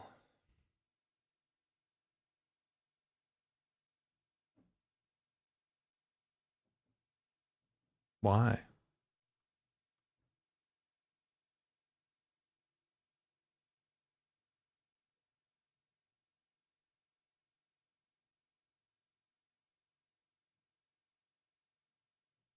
So it's coalesce F and it returns a coalesce self F. Am I coalescing over an option? I am, aren't I?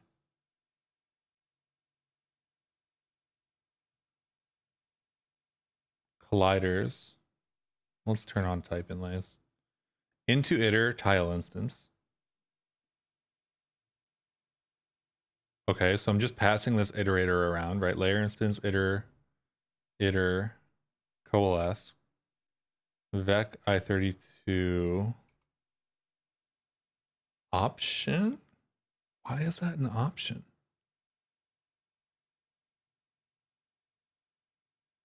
Is concat return an option?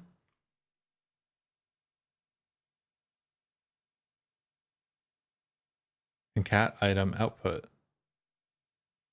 Concat item. Concat item size. T is a concat item.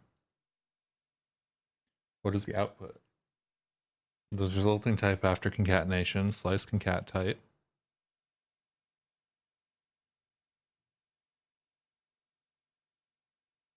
So this has got to be returning me an option for some reason. I don't like this anymore.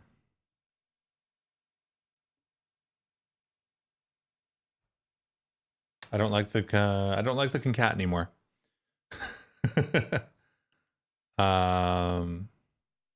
Iter tools also has a concat. That's not good.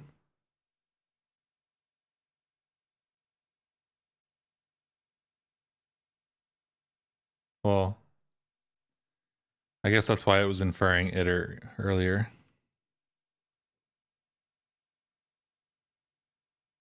So if I do something really silly and I do iter.concat, is that still an option?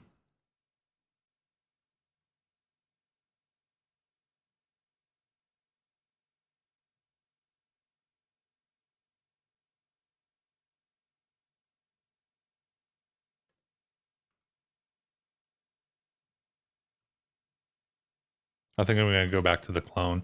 I don't know where the option is coming from, is my problem right now.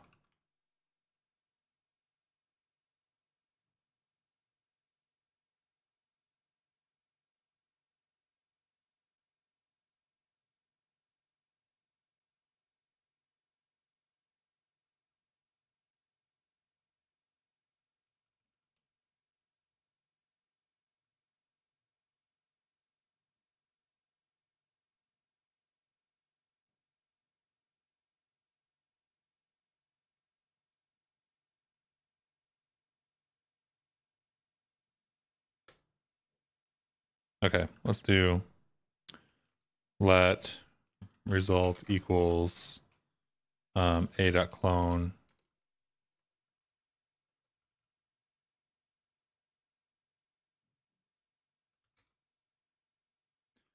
result.extend B. Well, I don't have an iterator. Result dot append B. And then result.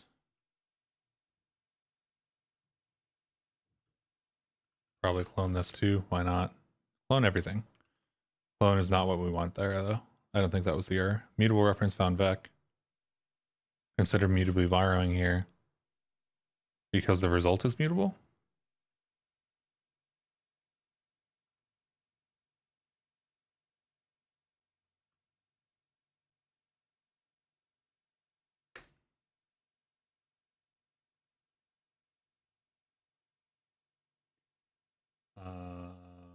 Past B as reference. Oh, because it was just... I don't think that that's the issue. Types differ immutability, yeah. So...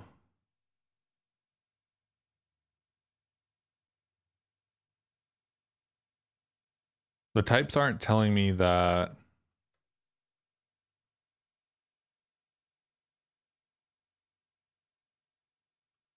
Oh, no worries. I appreciate the suggestion. I just don't think that that's the issue.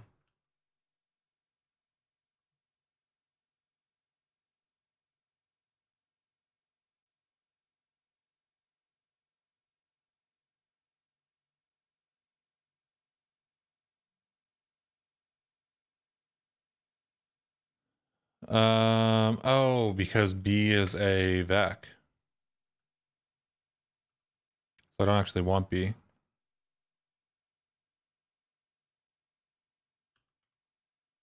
Right? Because append doesn't take a vec. Why is it expecting a mutable reference? Let's go check append. This is itertools. Concat. Backup. I don't want to be on concat. I want to be on vec. I want to be append. Where's append? There's append. Append is a mute self and a mute vec. Okay, so that's the problem. Moves the elements of other into self, leaving other empty. That is not what I want, actually. So I don't want append.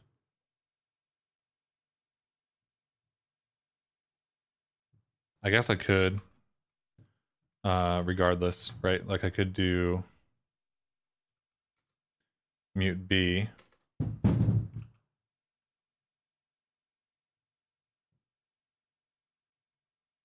Which doesn't really make sense.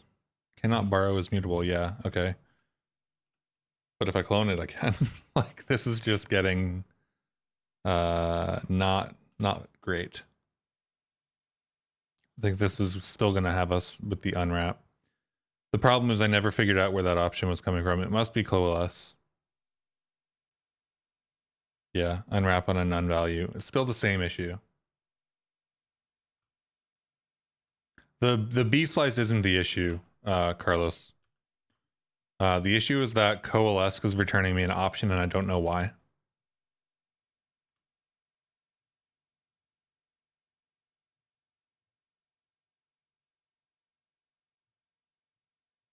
And this is an FN mute, so it needs to be mutable. It returns a result of a T or a TT.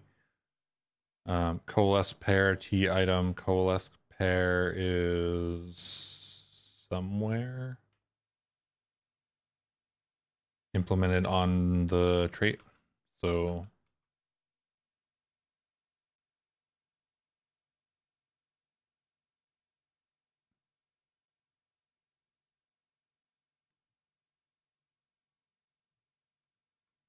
it's what I wanted, but it's not doing what I wanted.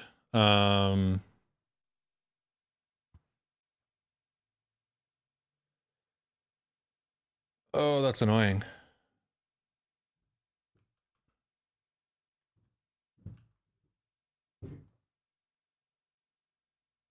And all of these are probably like never used or some shit. So coalesce.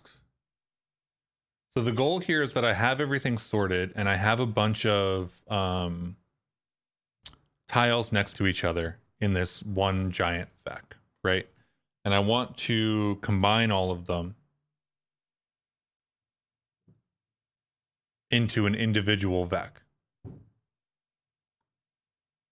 So if I have like, let's really simplify it and say I have the tiles with the x value 0, 1, 2, all at the same y value. I want a single vec that is 0, 1, 2. And then no other vecs. Wait, that unwrap is happening at 569, right? Yeah. So for some reason, this is not doing what I thought it was going to do, and it's returning an option. I don't understand why it's returning an option, because no matter what, it should return me at least the items that I had, right?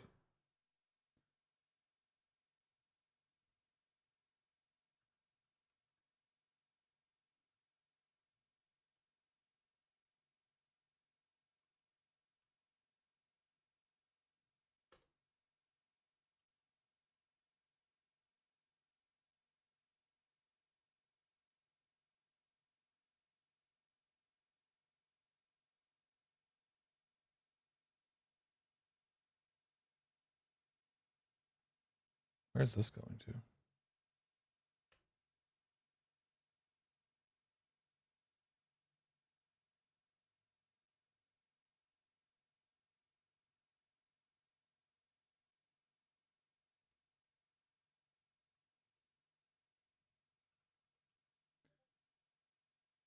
So big question.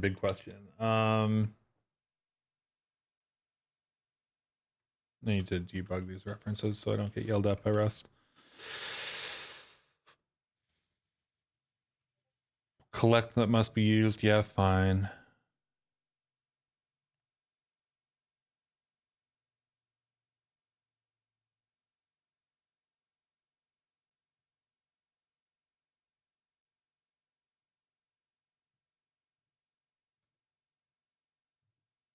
Are we not even getting to this debug? Is it never running? Option unwrap on a none value at 571, which was that. I didn't save this, that's why.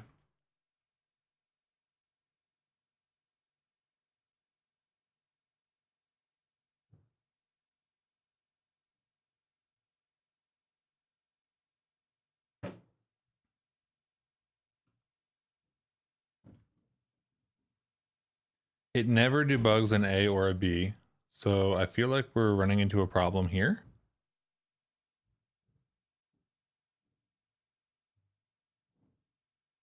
Let's do this. We're just going to comment that out for a moment. And then it should just collect into the same thing.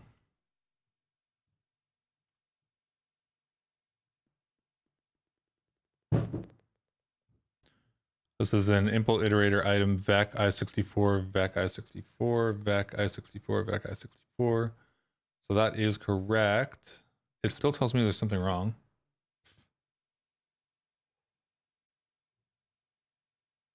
$541 unclosed delimiter. Tell me that I'm missing like this. Where's 541? 541 is this. This is the setup colliders. This is the iter that we're in.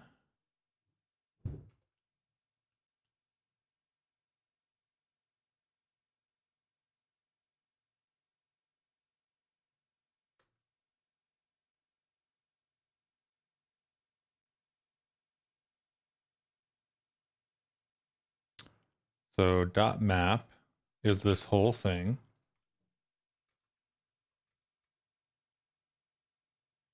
Returns an option vec. Oh, there's the option. Okay. The option isn't the coalesce. The option is the map. Because we're mapping into something here. Give me a sec. I messed something up when I was writing all of this.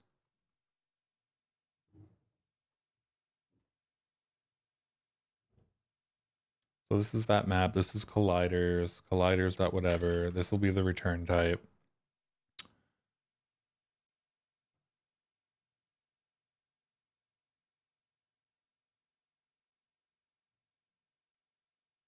That ends there. That needs to be this.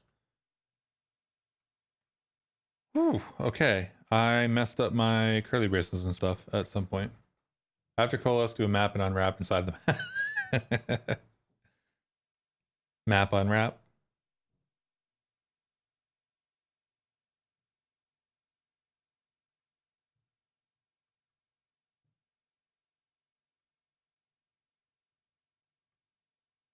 Come on, Corgi, you can get up there. I know it's supposed to be tough for you.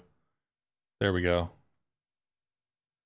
A little too little friction, but okay. So that is all of that, and then so if I debug whatever down here, it should be that vec wrapped in an option at the top because we're mapping over it. Yes, but I wonder if that was the problem. It was inferring the. Okay, so we're left with this, an ungrouped vec of vecs, which is what I was expecting. Okay, so now if we coalesce,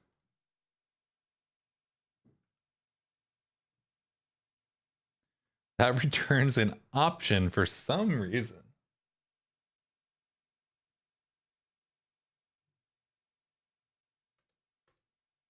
And that is because I messed up my braces. Because my Rust formatter isn't working right now, and I couldn't tell that my braces were malformatted. That is annoying.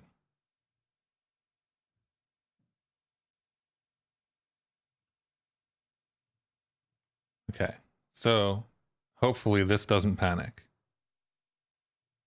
Because that's not an option anymore. Which is exactly what I wanted it to not be.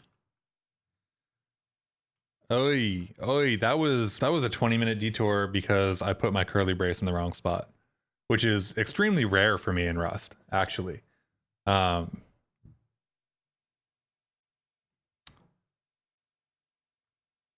so do we have, yes, we have grouped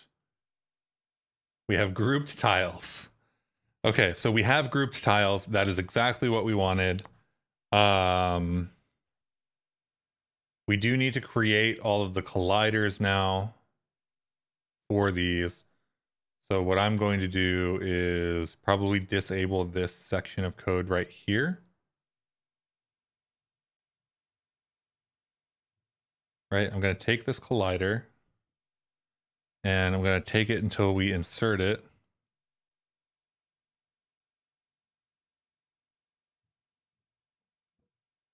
Of course, if I mess up like that,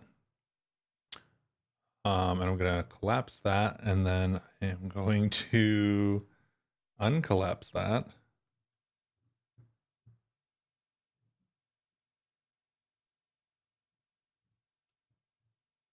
And hopefully that works. So the goal here is that before I move all of this, I'm checking to make sure that the collision is gone. Mismatch closing delimiter. Of course there is. I over did my little thing here. Cargo run. So we should fall through the floor. That's the expected behavior right now.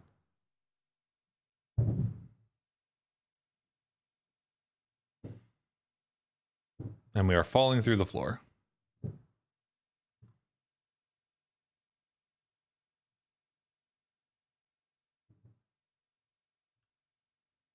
That is expected and good and what we wanted. And then up here, we have this absolutely disgusting thing. And we are going to,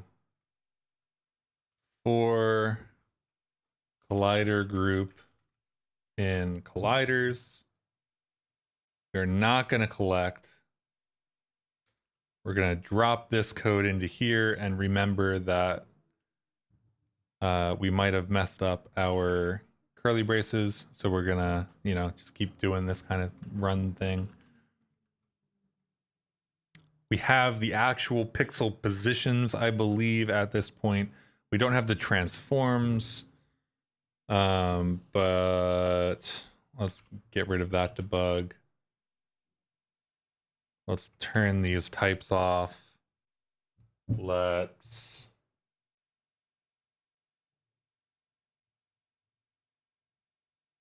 that's a grid position. This is a pixel position. I am not looking forward to having to refigure this little thing out. But what I'm going to do is I'm going to do this and paste that and then comment this out so I have it for later. And then just do the, where is it? I'm mapping, or I'm collider grouping over these. The collider group is going to have a length.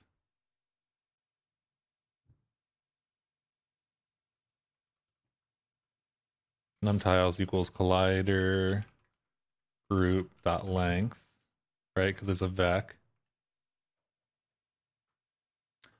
So what we need here is a collider position that is at the first one. So we need let first tile equal collider group dot iter dot next, which will yell at me because I think that I need to stick that somewhere else. First tile dot 1 dot 0. So X tile dot 1 1 should be Y. So that should give me the right collider position. The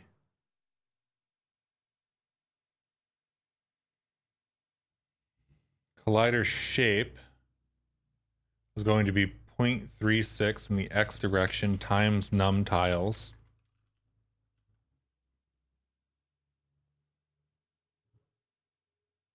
Which I need to turn into an F32 before it can be used.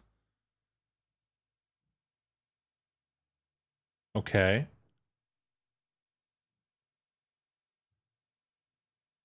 Okay. Vector 2 for some reason is always wrong. Rust Analyzer never likes it. We're going to insert. We're not going to insert. We're going to spawn the bundle here. And we're just going to get rid of this tile entity. We're just going to have a new one. This sprite is going to be this kind of sprite, and it's going to be a black bar for the moment so that we can tell if we have even placed them anywhere on the screen. No field 1 on option type. There needs to be a first in these collider groups always. So I believe that if we just unwrap here, we should never have a problem. Expected F32 found I64.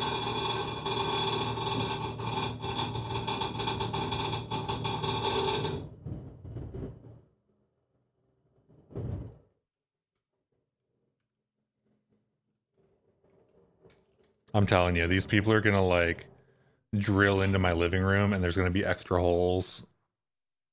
I don't know if y'all can hear that. The mic is probably pretty good at cutting it off. But like, oh, that is annoying.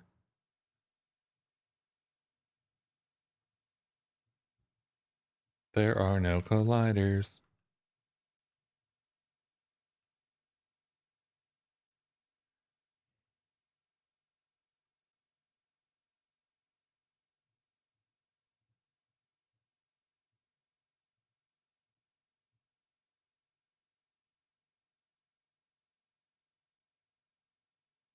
It picks up some of the big stuff, yeah. I mean, that stuff is like really loud. Like it sounds like somebody is jackhammering like on my roof. Actual.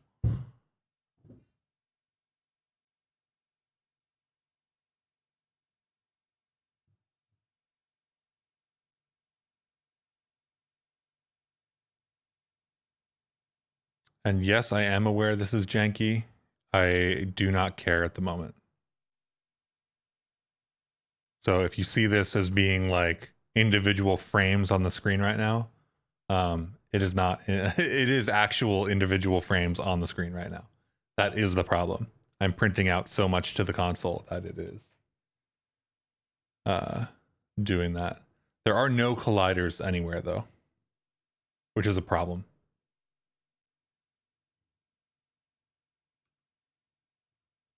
You know what one of the problems is? Probably actually we are, I think, because of the way that I'm doing this, it's actually inserting the colliders over and over and over and over and over.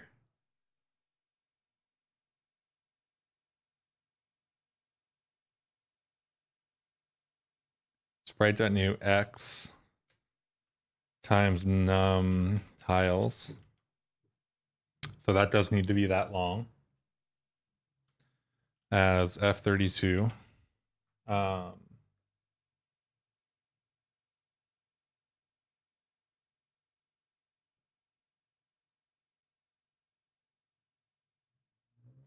here's a question. How do I get this insert to not happen on every tick? It can't be a startup system, which is what I would normally do, because the LDTK map stuff like isn't a startup system for whatever reason. Like it doesn't load the maps in as a startup system, which is like super awkward. I don't think I have control over that. I'm doing asset.load. I am doing asset server.load. Maybe I do this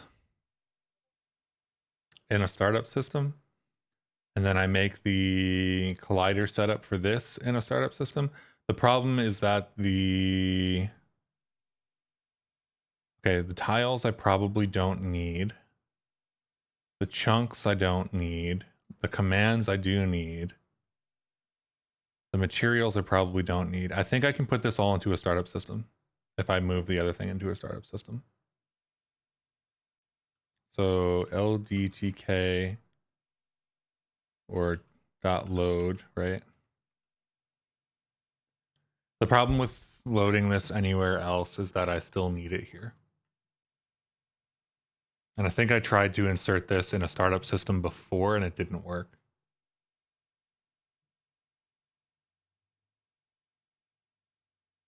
Like if I just make insert LDTK a startup system, I believe that we never get a level. Oh no, it is a startup system. So can I make this other thing a startup system?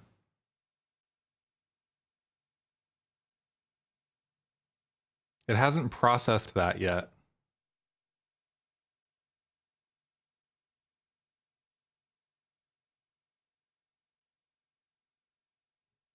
Let me go check.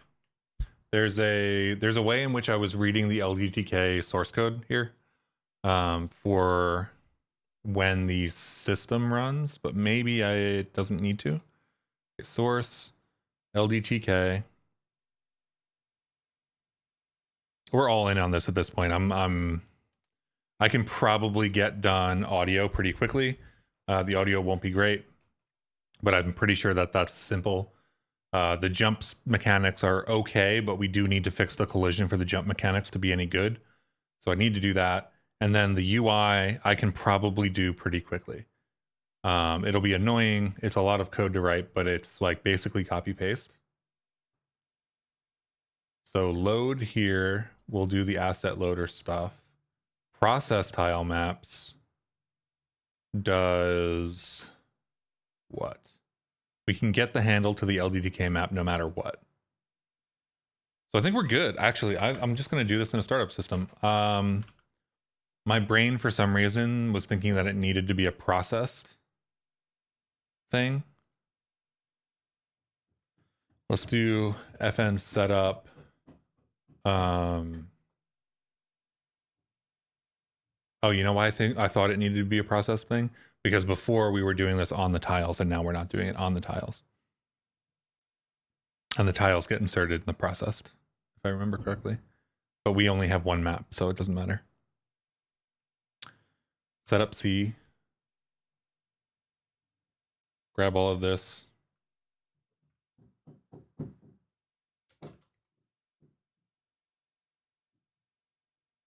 Grab all of this.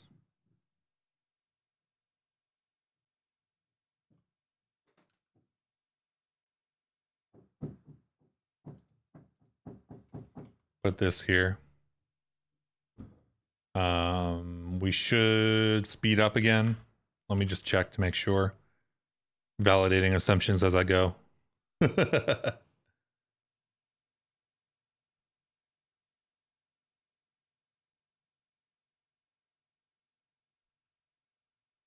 We're just falling right now, aren't we?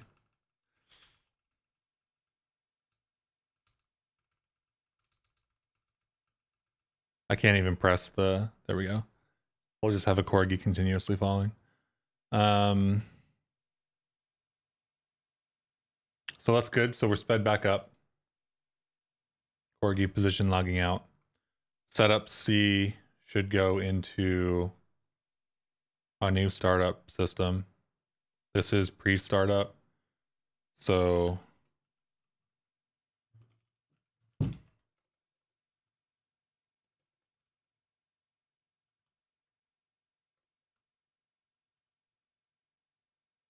that should run once, and hopefully the colliders are built. And if they're not built, then we have a problem.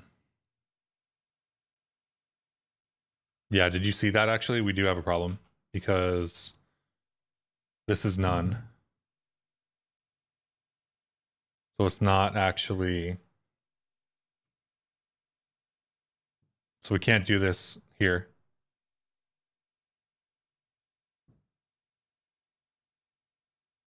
Because there's one of these things that we need for it that doesn't exist yet.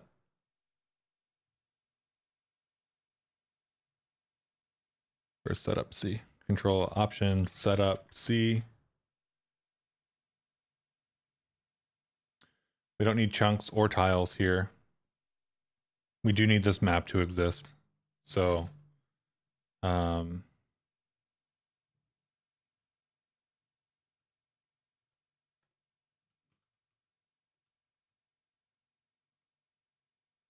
my guess is it doesn't.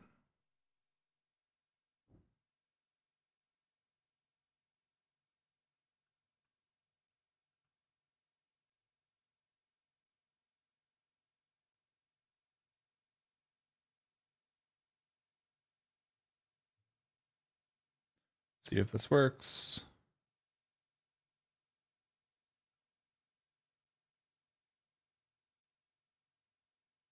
Yeah, so it never prints out because this res resource isn't here yet. Because asset loader, process, add asset, asset loader, load, this runs, right? So we get a new LDTK map. So why don't we have, they query it here. So we should have access to it, actually, now that I think about it. If we are loading that and we have setup C and pre-startup, insert LDTK, gets the map in there.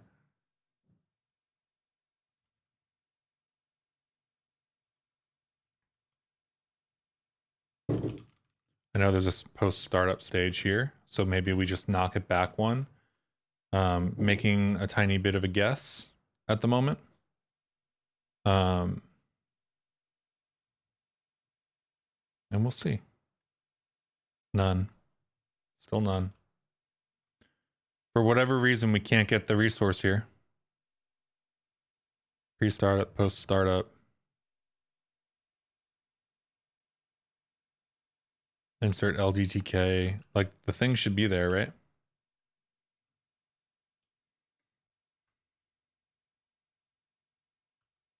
What if I just load it again?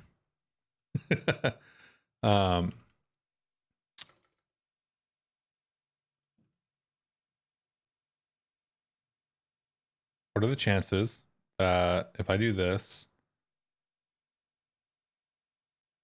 and I say set server, this is so janky, server.load.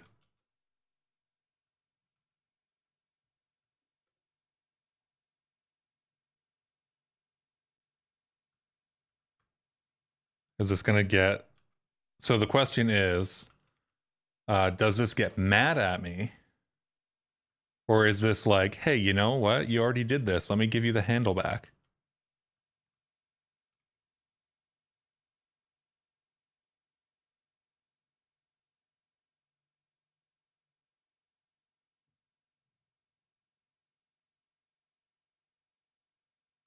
Okay, it's not mad at me.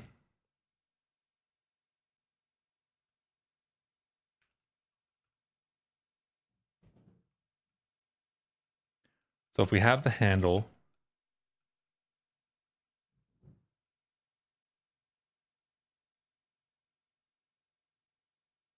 to owned set,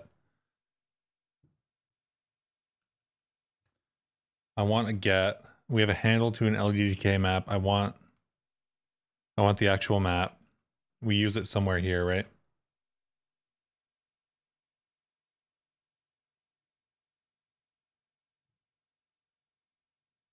So dot load, box pin, whatever, Saturday JSON from slice bytes. We could go this far and just do it ourselves.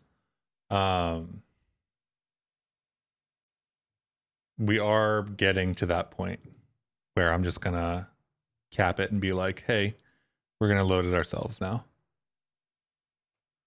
Set default asset, loaded asset with dependencies, iter, clone, collect.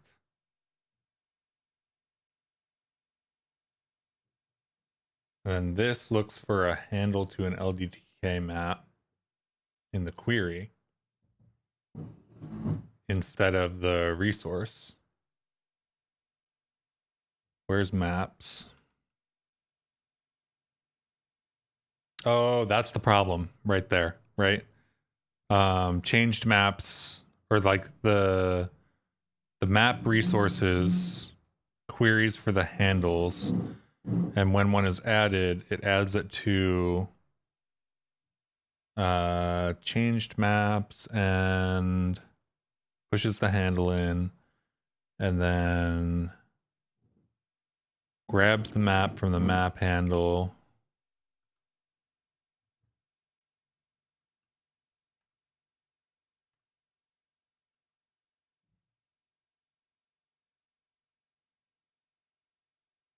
How do I get something from a handle? Like, I should just have this, right? Like, this should just be a thing that I can use. I'm mostly familiar with using these in type signatures, so I don't know exactly. As weak, is strong, make strong. Make strong gives me, if I go for the assets, clone weak, clone untyped, clone weak, untyped.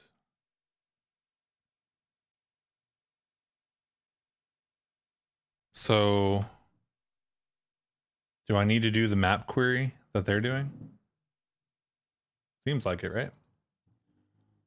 They're doing this.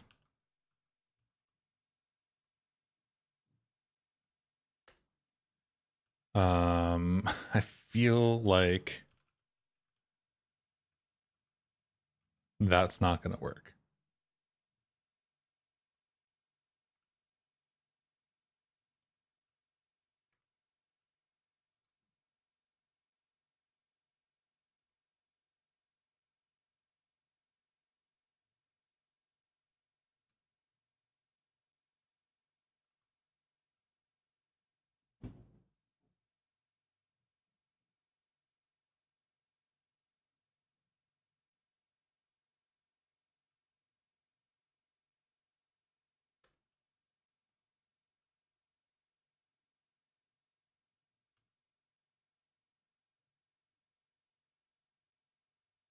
I wish I had like another 24 hours to work on this project. Okay, it's not mad at me, at least. instead of doing this,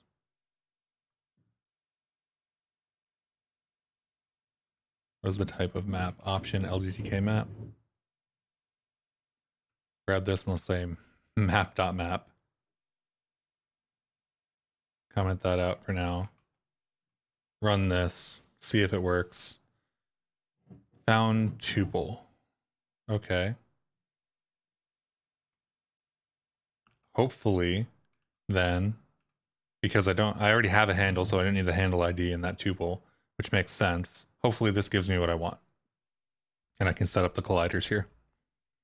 So I'm just kind of skipping some stuff, but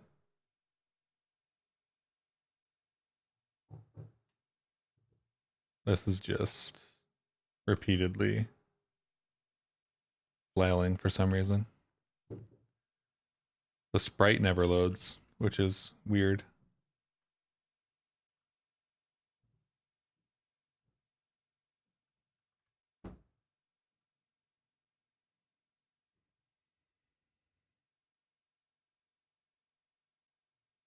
Okay, I think that we're back at doing this in a system.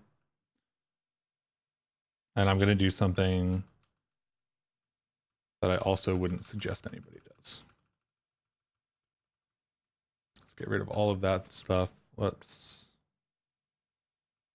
get rid of, let's go back until we don't have setup C anymore.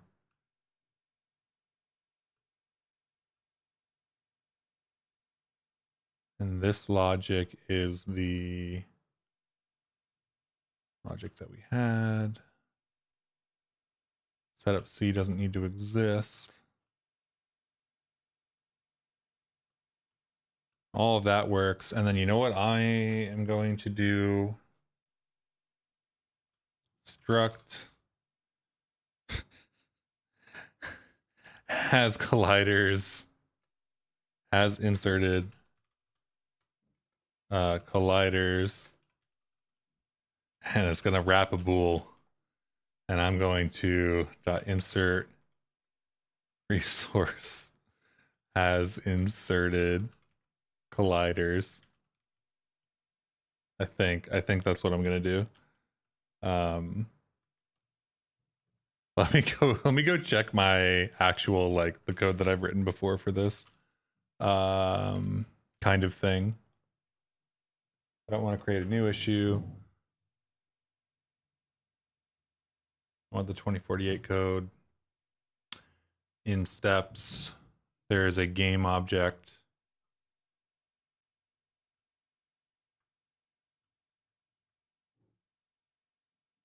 I derived default for that, but I don't think I need to for this other thing.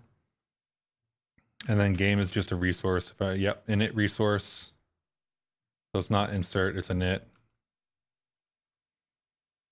And then I just get to access it forever. Has inserted. And this is just going to be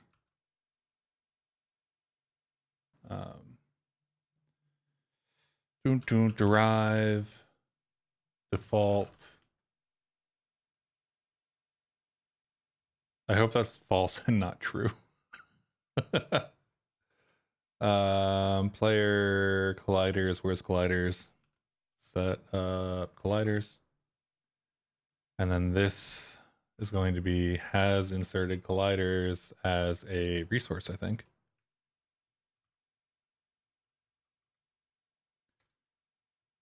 Res mute has inserted colliders.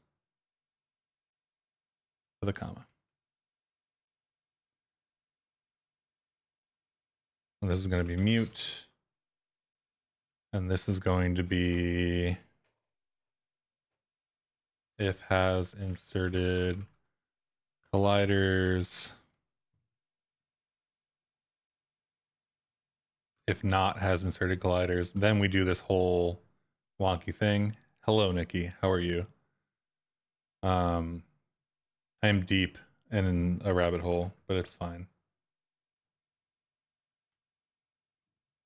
And then right here down at the bottom, before we stop doing anything else, we do has inserted colliders equals true.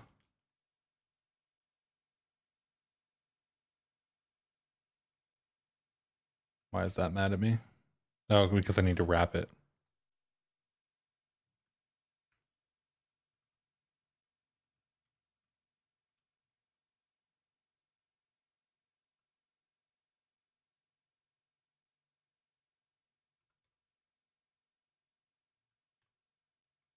Single element new type structs are basically like single element tuples.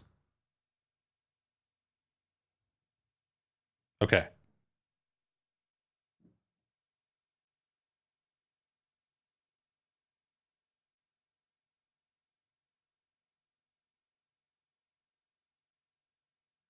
Whatever is none. Why is whatever none? Whatever shouldn't be none anymore.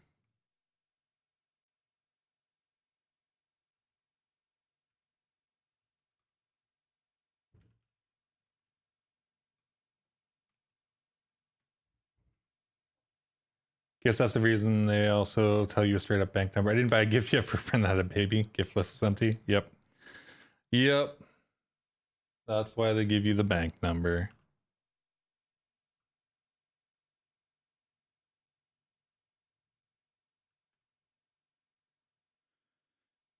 If we haven't inserted colliders and LDTK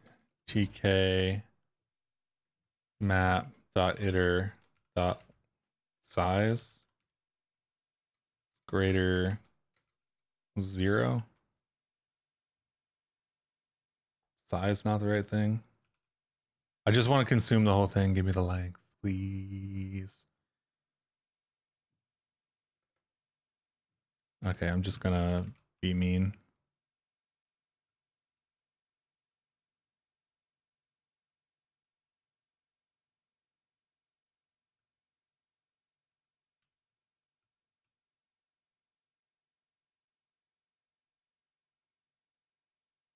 Okay, back. Hello. Welcome back.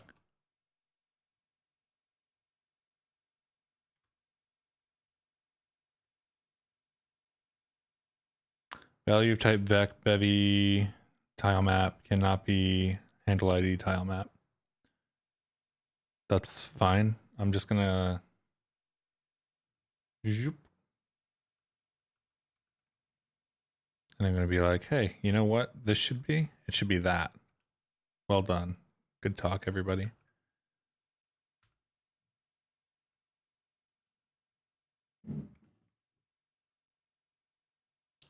Where did you actually get those tiles? They look pretty awesome.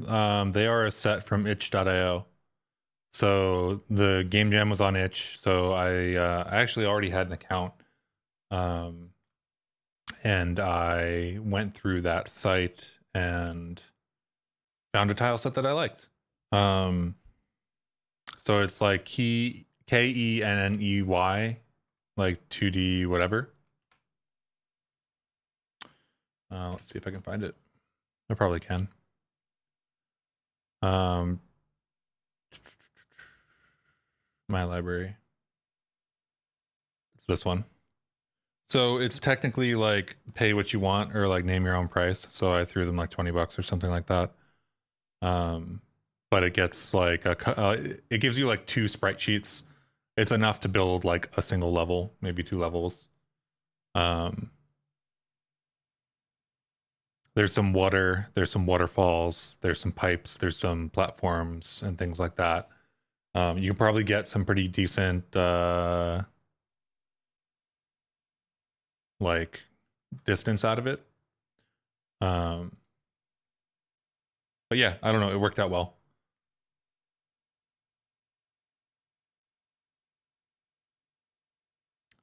I've got about 20 minutes left in the stream before I need to call it. Because I have a meeting that I need to go to. But right now my thing is why is the LDTK map now empty when it wasn't before? And did I mess something up?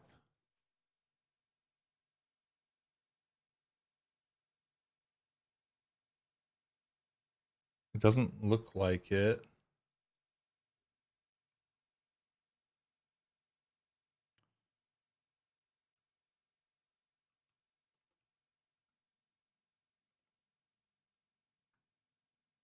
This is insert LDGK, setup colliders. So the colliders are here. This default value is false. So actually, that's true, right? That's false. 547. So we debug that. It is false. Eventually, whatever turns into a unit type, which doesn't actually sound right to me. It does actually is right. Okay. It is now a unit type, which is fine. So that's expected. We aren't seeing any of these, right? So let's do this. I'm going to copy this out. I'm going to set this to 0, 0, 0, 0. This is the part of building this game that I probably have messed up the most. I didn't understand how the physics system worked when I first did it. So the way that I set everything up has resulted in me needing to do like weird amounts of math to get things to match up, which is actually really annoying. Okay, so there's the colliders, and they work if I land on them.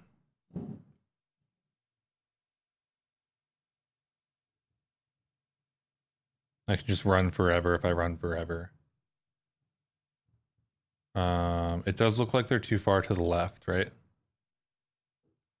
So the X values here should be doing, doing, doing, doing. Okay, now the Corgi looks like it's hyperactive and moving a little too fast. That's the X value, right? So they're not long enough.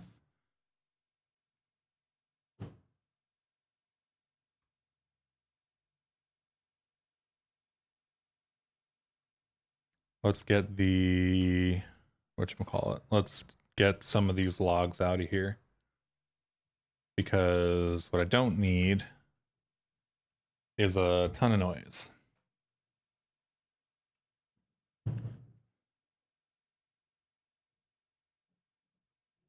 We don't need the Corgi being output either.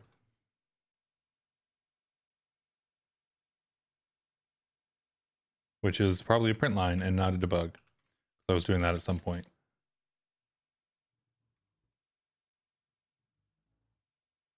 Yeah. Let's get rid of the speed one.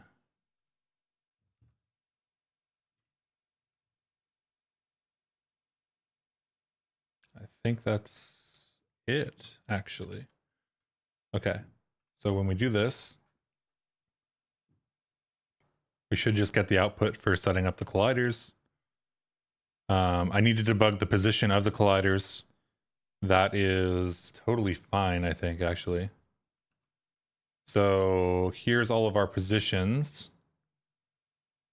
for each of the starts of all of the platforms. So we've got whatever this is, however many lines this is over 2. This is 2000, that's 2255. I feel like this is a lot of, okay, here's a 72. There should be one at least.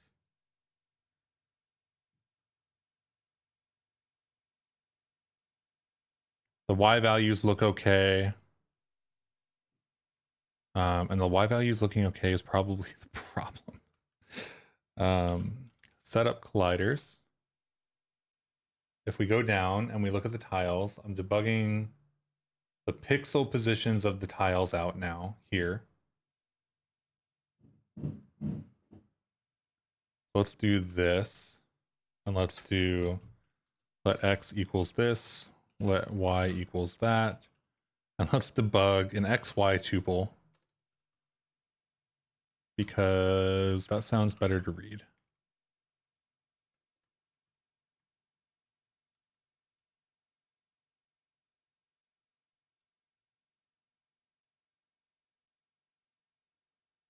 So we will end up with, the only amount of math that I ever do. Fair. Big fair.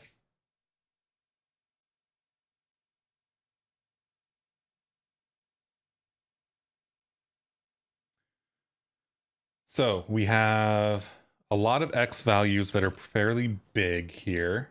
One of them that is really small.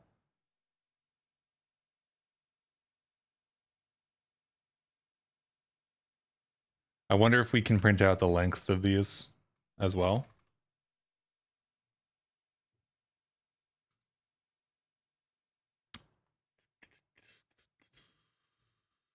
Num tiles.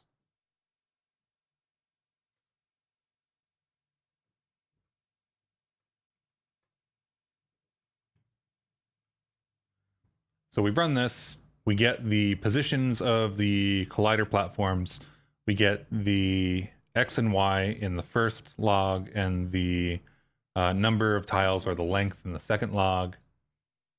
So like this 72 should be of length 62. It should be at height 468, which sounds actually wrong. The height of the whole thing is 706, right? So if I make this full screen, this midpoint is probably not 500.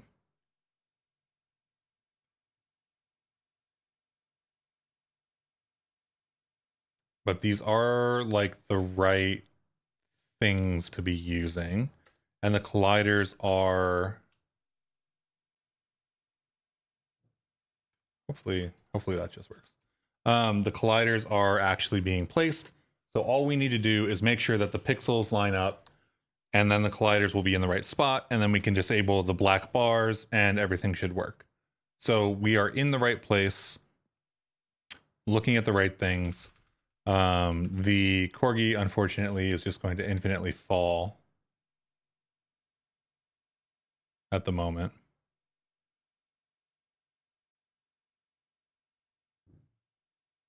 So it's hard to debug where the colliders actually went.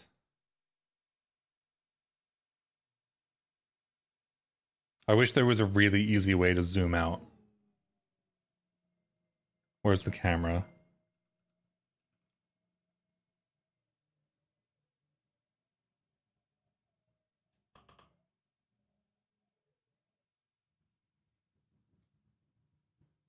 Okay, that's the camera sync. This is the transform.xyz. Let's make this like -10. Let's zoom way out if we can. I don't know if that'll work.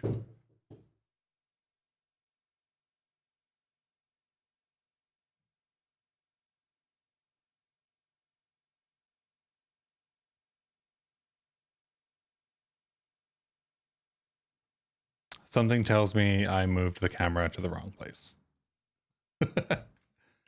Let's try 10. Maybe 10 is the other direction.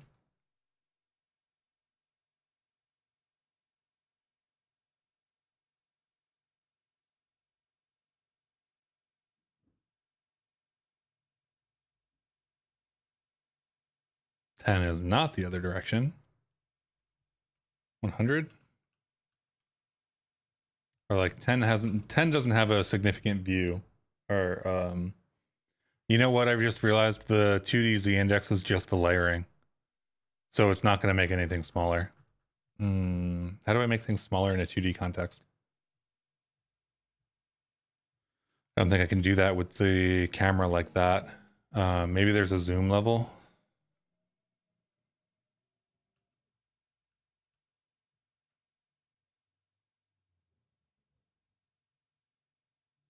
Okay, so let's say scale is 0.5, 0.51, right?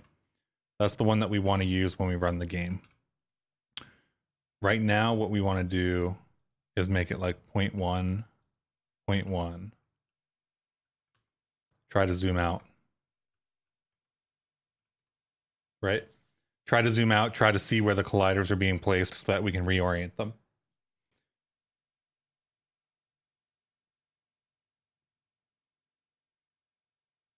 That is zoomed in. That is very zoomed in. we need to go the other direction.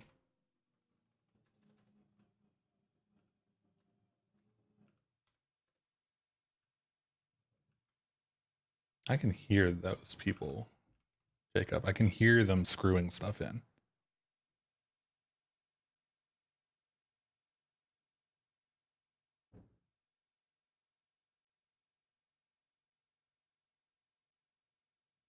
Okay, I don't see any of the colliders though. Unless this is them up here on the cloud.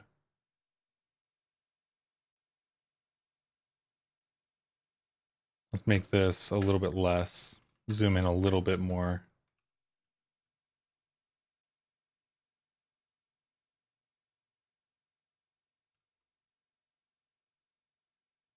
I wonder if I need to divide these by 18 to place them. I wonder if the placement on here is... Oh, you know what it is. It is, and I just realized that. Let's go for...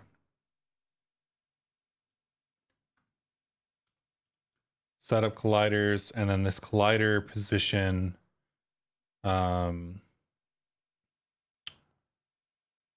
is not XY. Collider position is times 0.36. I think. Times 0.36. Because I think it's 18/50ths. Don't ask me why. It's not great. The calculation there is not great, but I think I calculated that one correctly.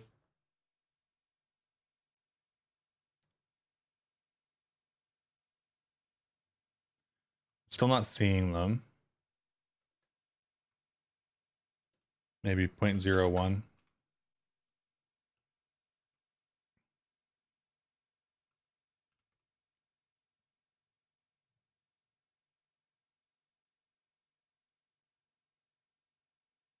This is where I think that MUN would be really useful, like doing level stuff. Okay, cool. So that's that. Let's zoom out a little bit, make these 0.05, go back to the camera.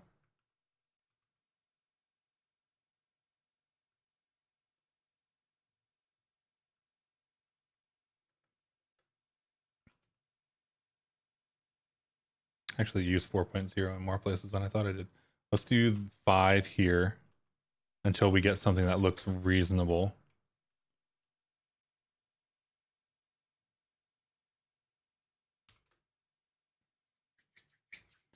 I think one of the things I need to do is I need to subtract half of the distance and put it down Y index.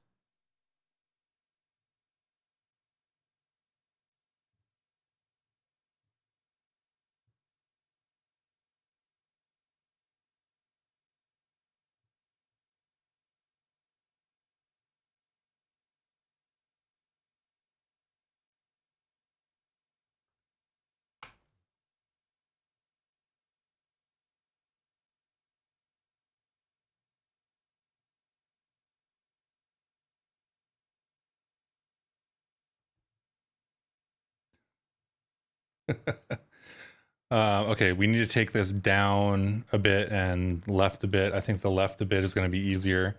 My friend just realized that the concert that we're going to later today is a lot closer than we thought it was.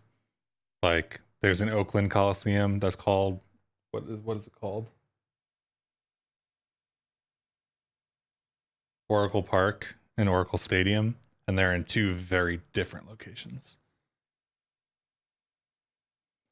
Okay, so let's go down, down, down, down.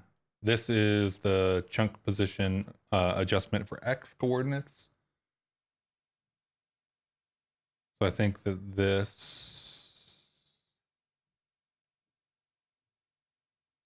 that's the one we need for the collider.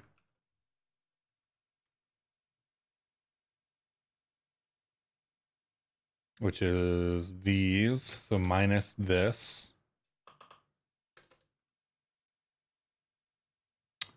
Which should put it in the right X position.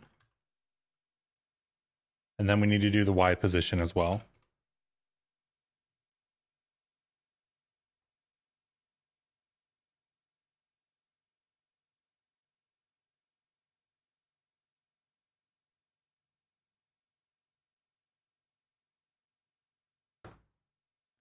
I moved that way too far because that's not the right adjustment. This is like that times 0.36 or something.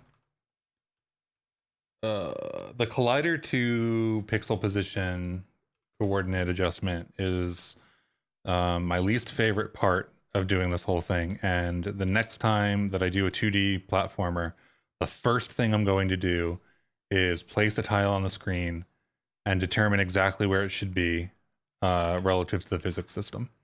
Because this whole thing right here is so awful.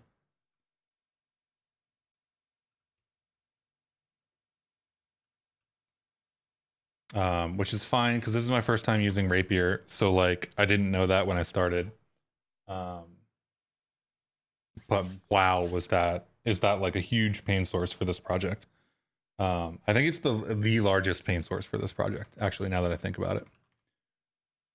Let's go back like 30, maybe.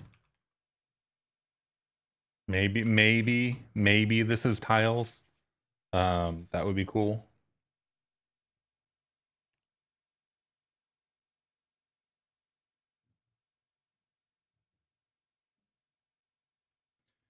$30 is clearly too much. So we're gonna do 15. This is literally guesswork at this point. So I think that I'll spend another couple minutes on stream doing this in case anybody comes along has any questions. But the game is almost done. Like this is just how it's going to work at this point.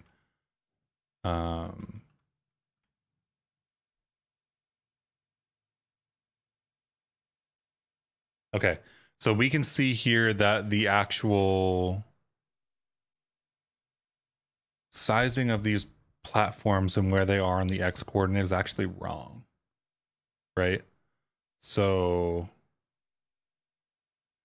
it's going to be a little awkward because I made the map such that you can't see the top layer.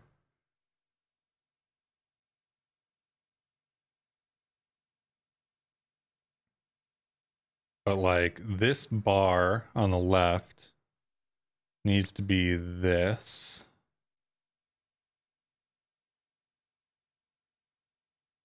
And then this here looks like it could be this. So the multiplier is definitely off, right?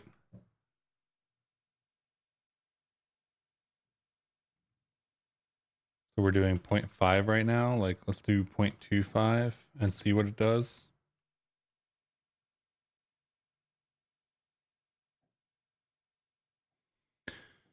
We have a pixel position, but we need to translate that into collider coordinates. And collider coordinates work slightly differently.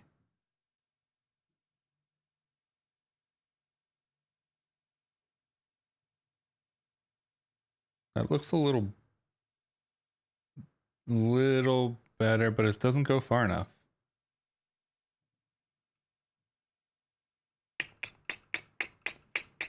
Am I not selecting all of the tiles that I need?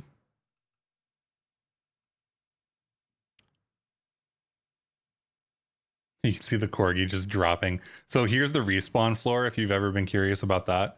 The corgi drops off and it drops way down here and hits the respawn floor.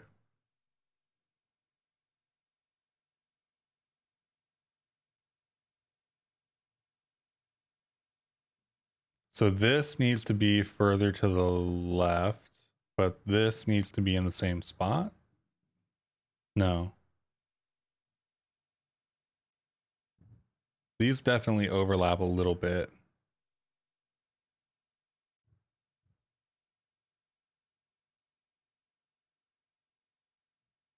These positions look weird.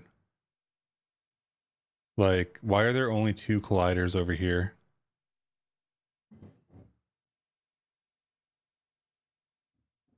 Am I calculating this off the right layer?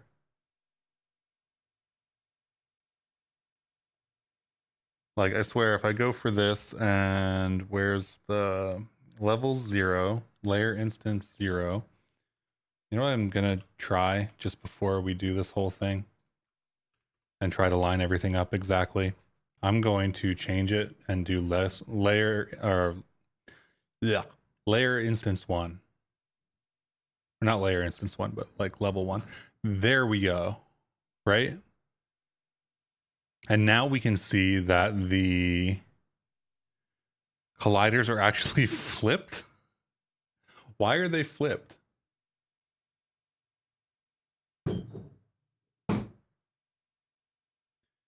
So the size of the thing is 706 minus this. Because I think 706 is the height. So I'm just hard coding some stuff here. Like at some point, what I want to do is I want to put this up on the Party Corgi website. And when I do that, it's going to have to determine automatically the size of things based on the level. Because people are just going to do like weird shaped levels and stuff like that. Which will be fun.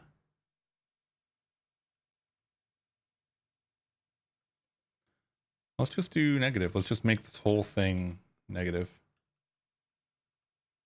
Wait, that doesn't make sense though. I need to flip it. Okay, how do I flip it? How do I flip it without knowing the max value?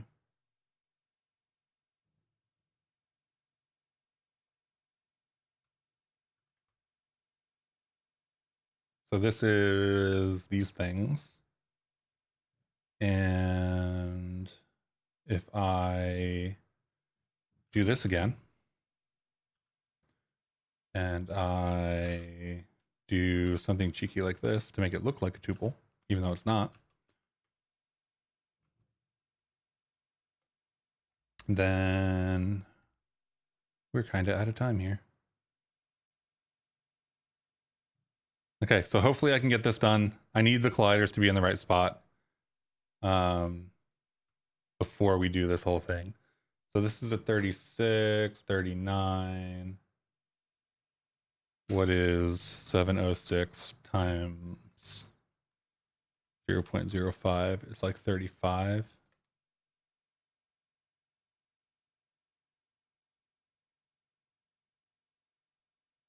This one's negative. Maybe they can be negative.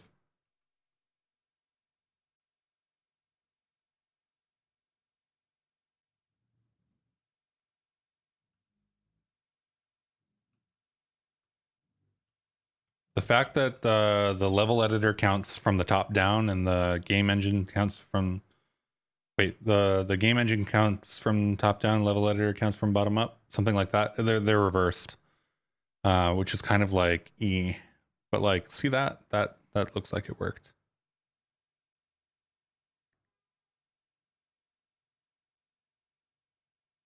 Okay, so I'm gonna finish up like pasting these values around and figuring out where they should be off stream. Thank you everyone for hanging out. Thanks for showing up, and I will catch you next time. And hopefully, I'll tweet out the game jam submission and people can play it.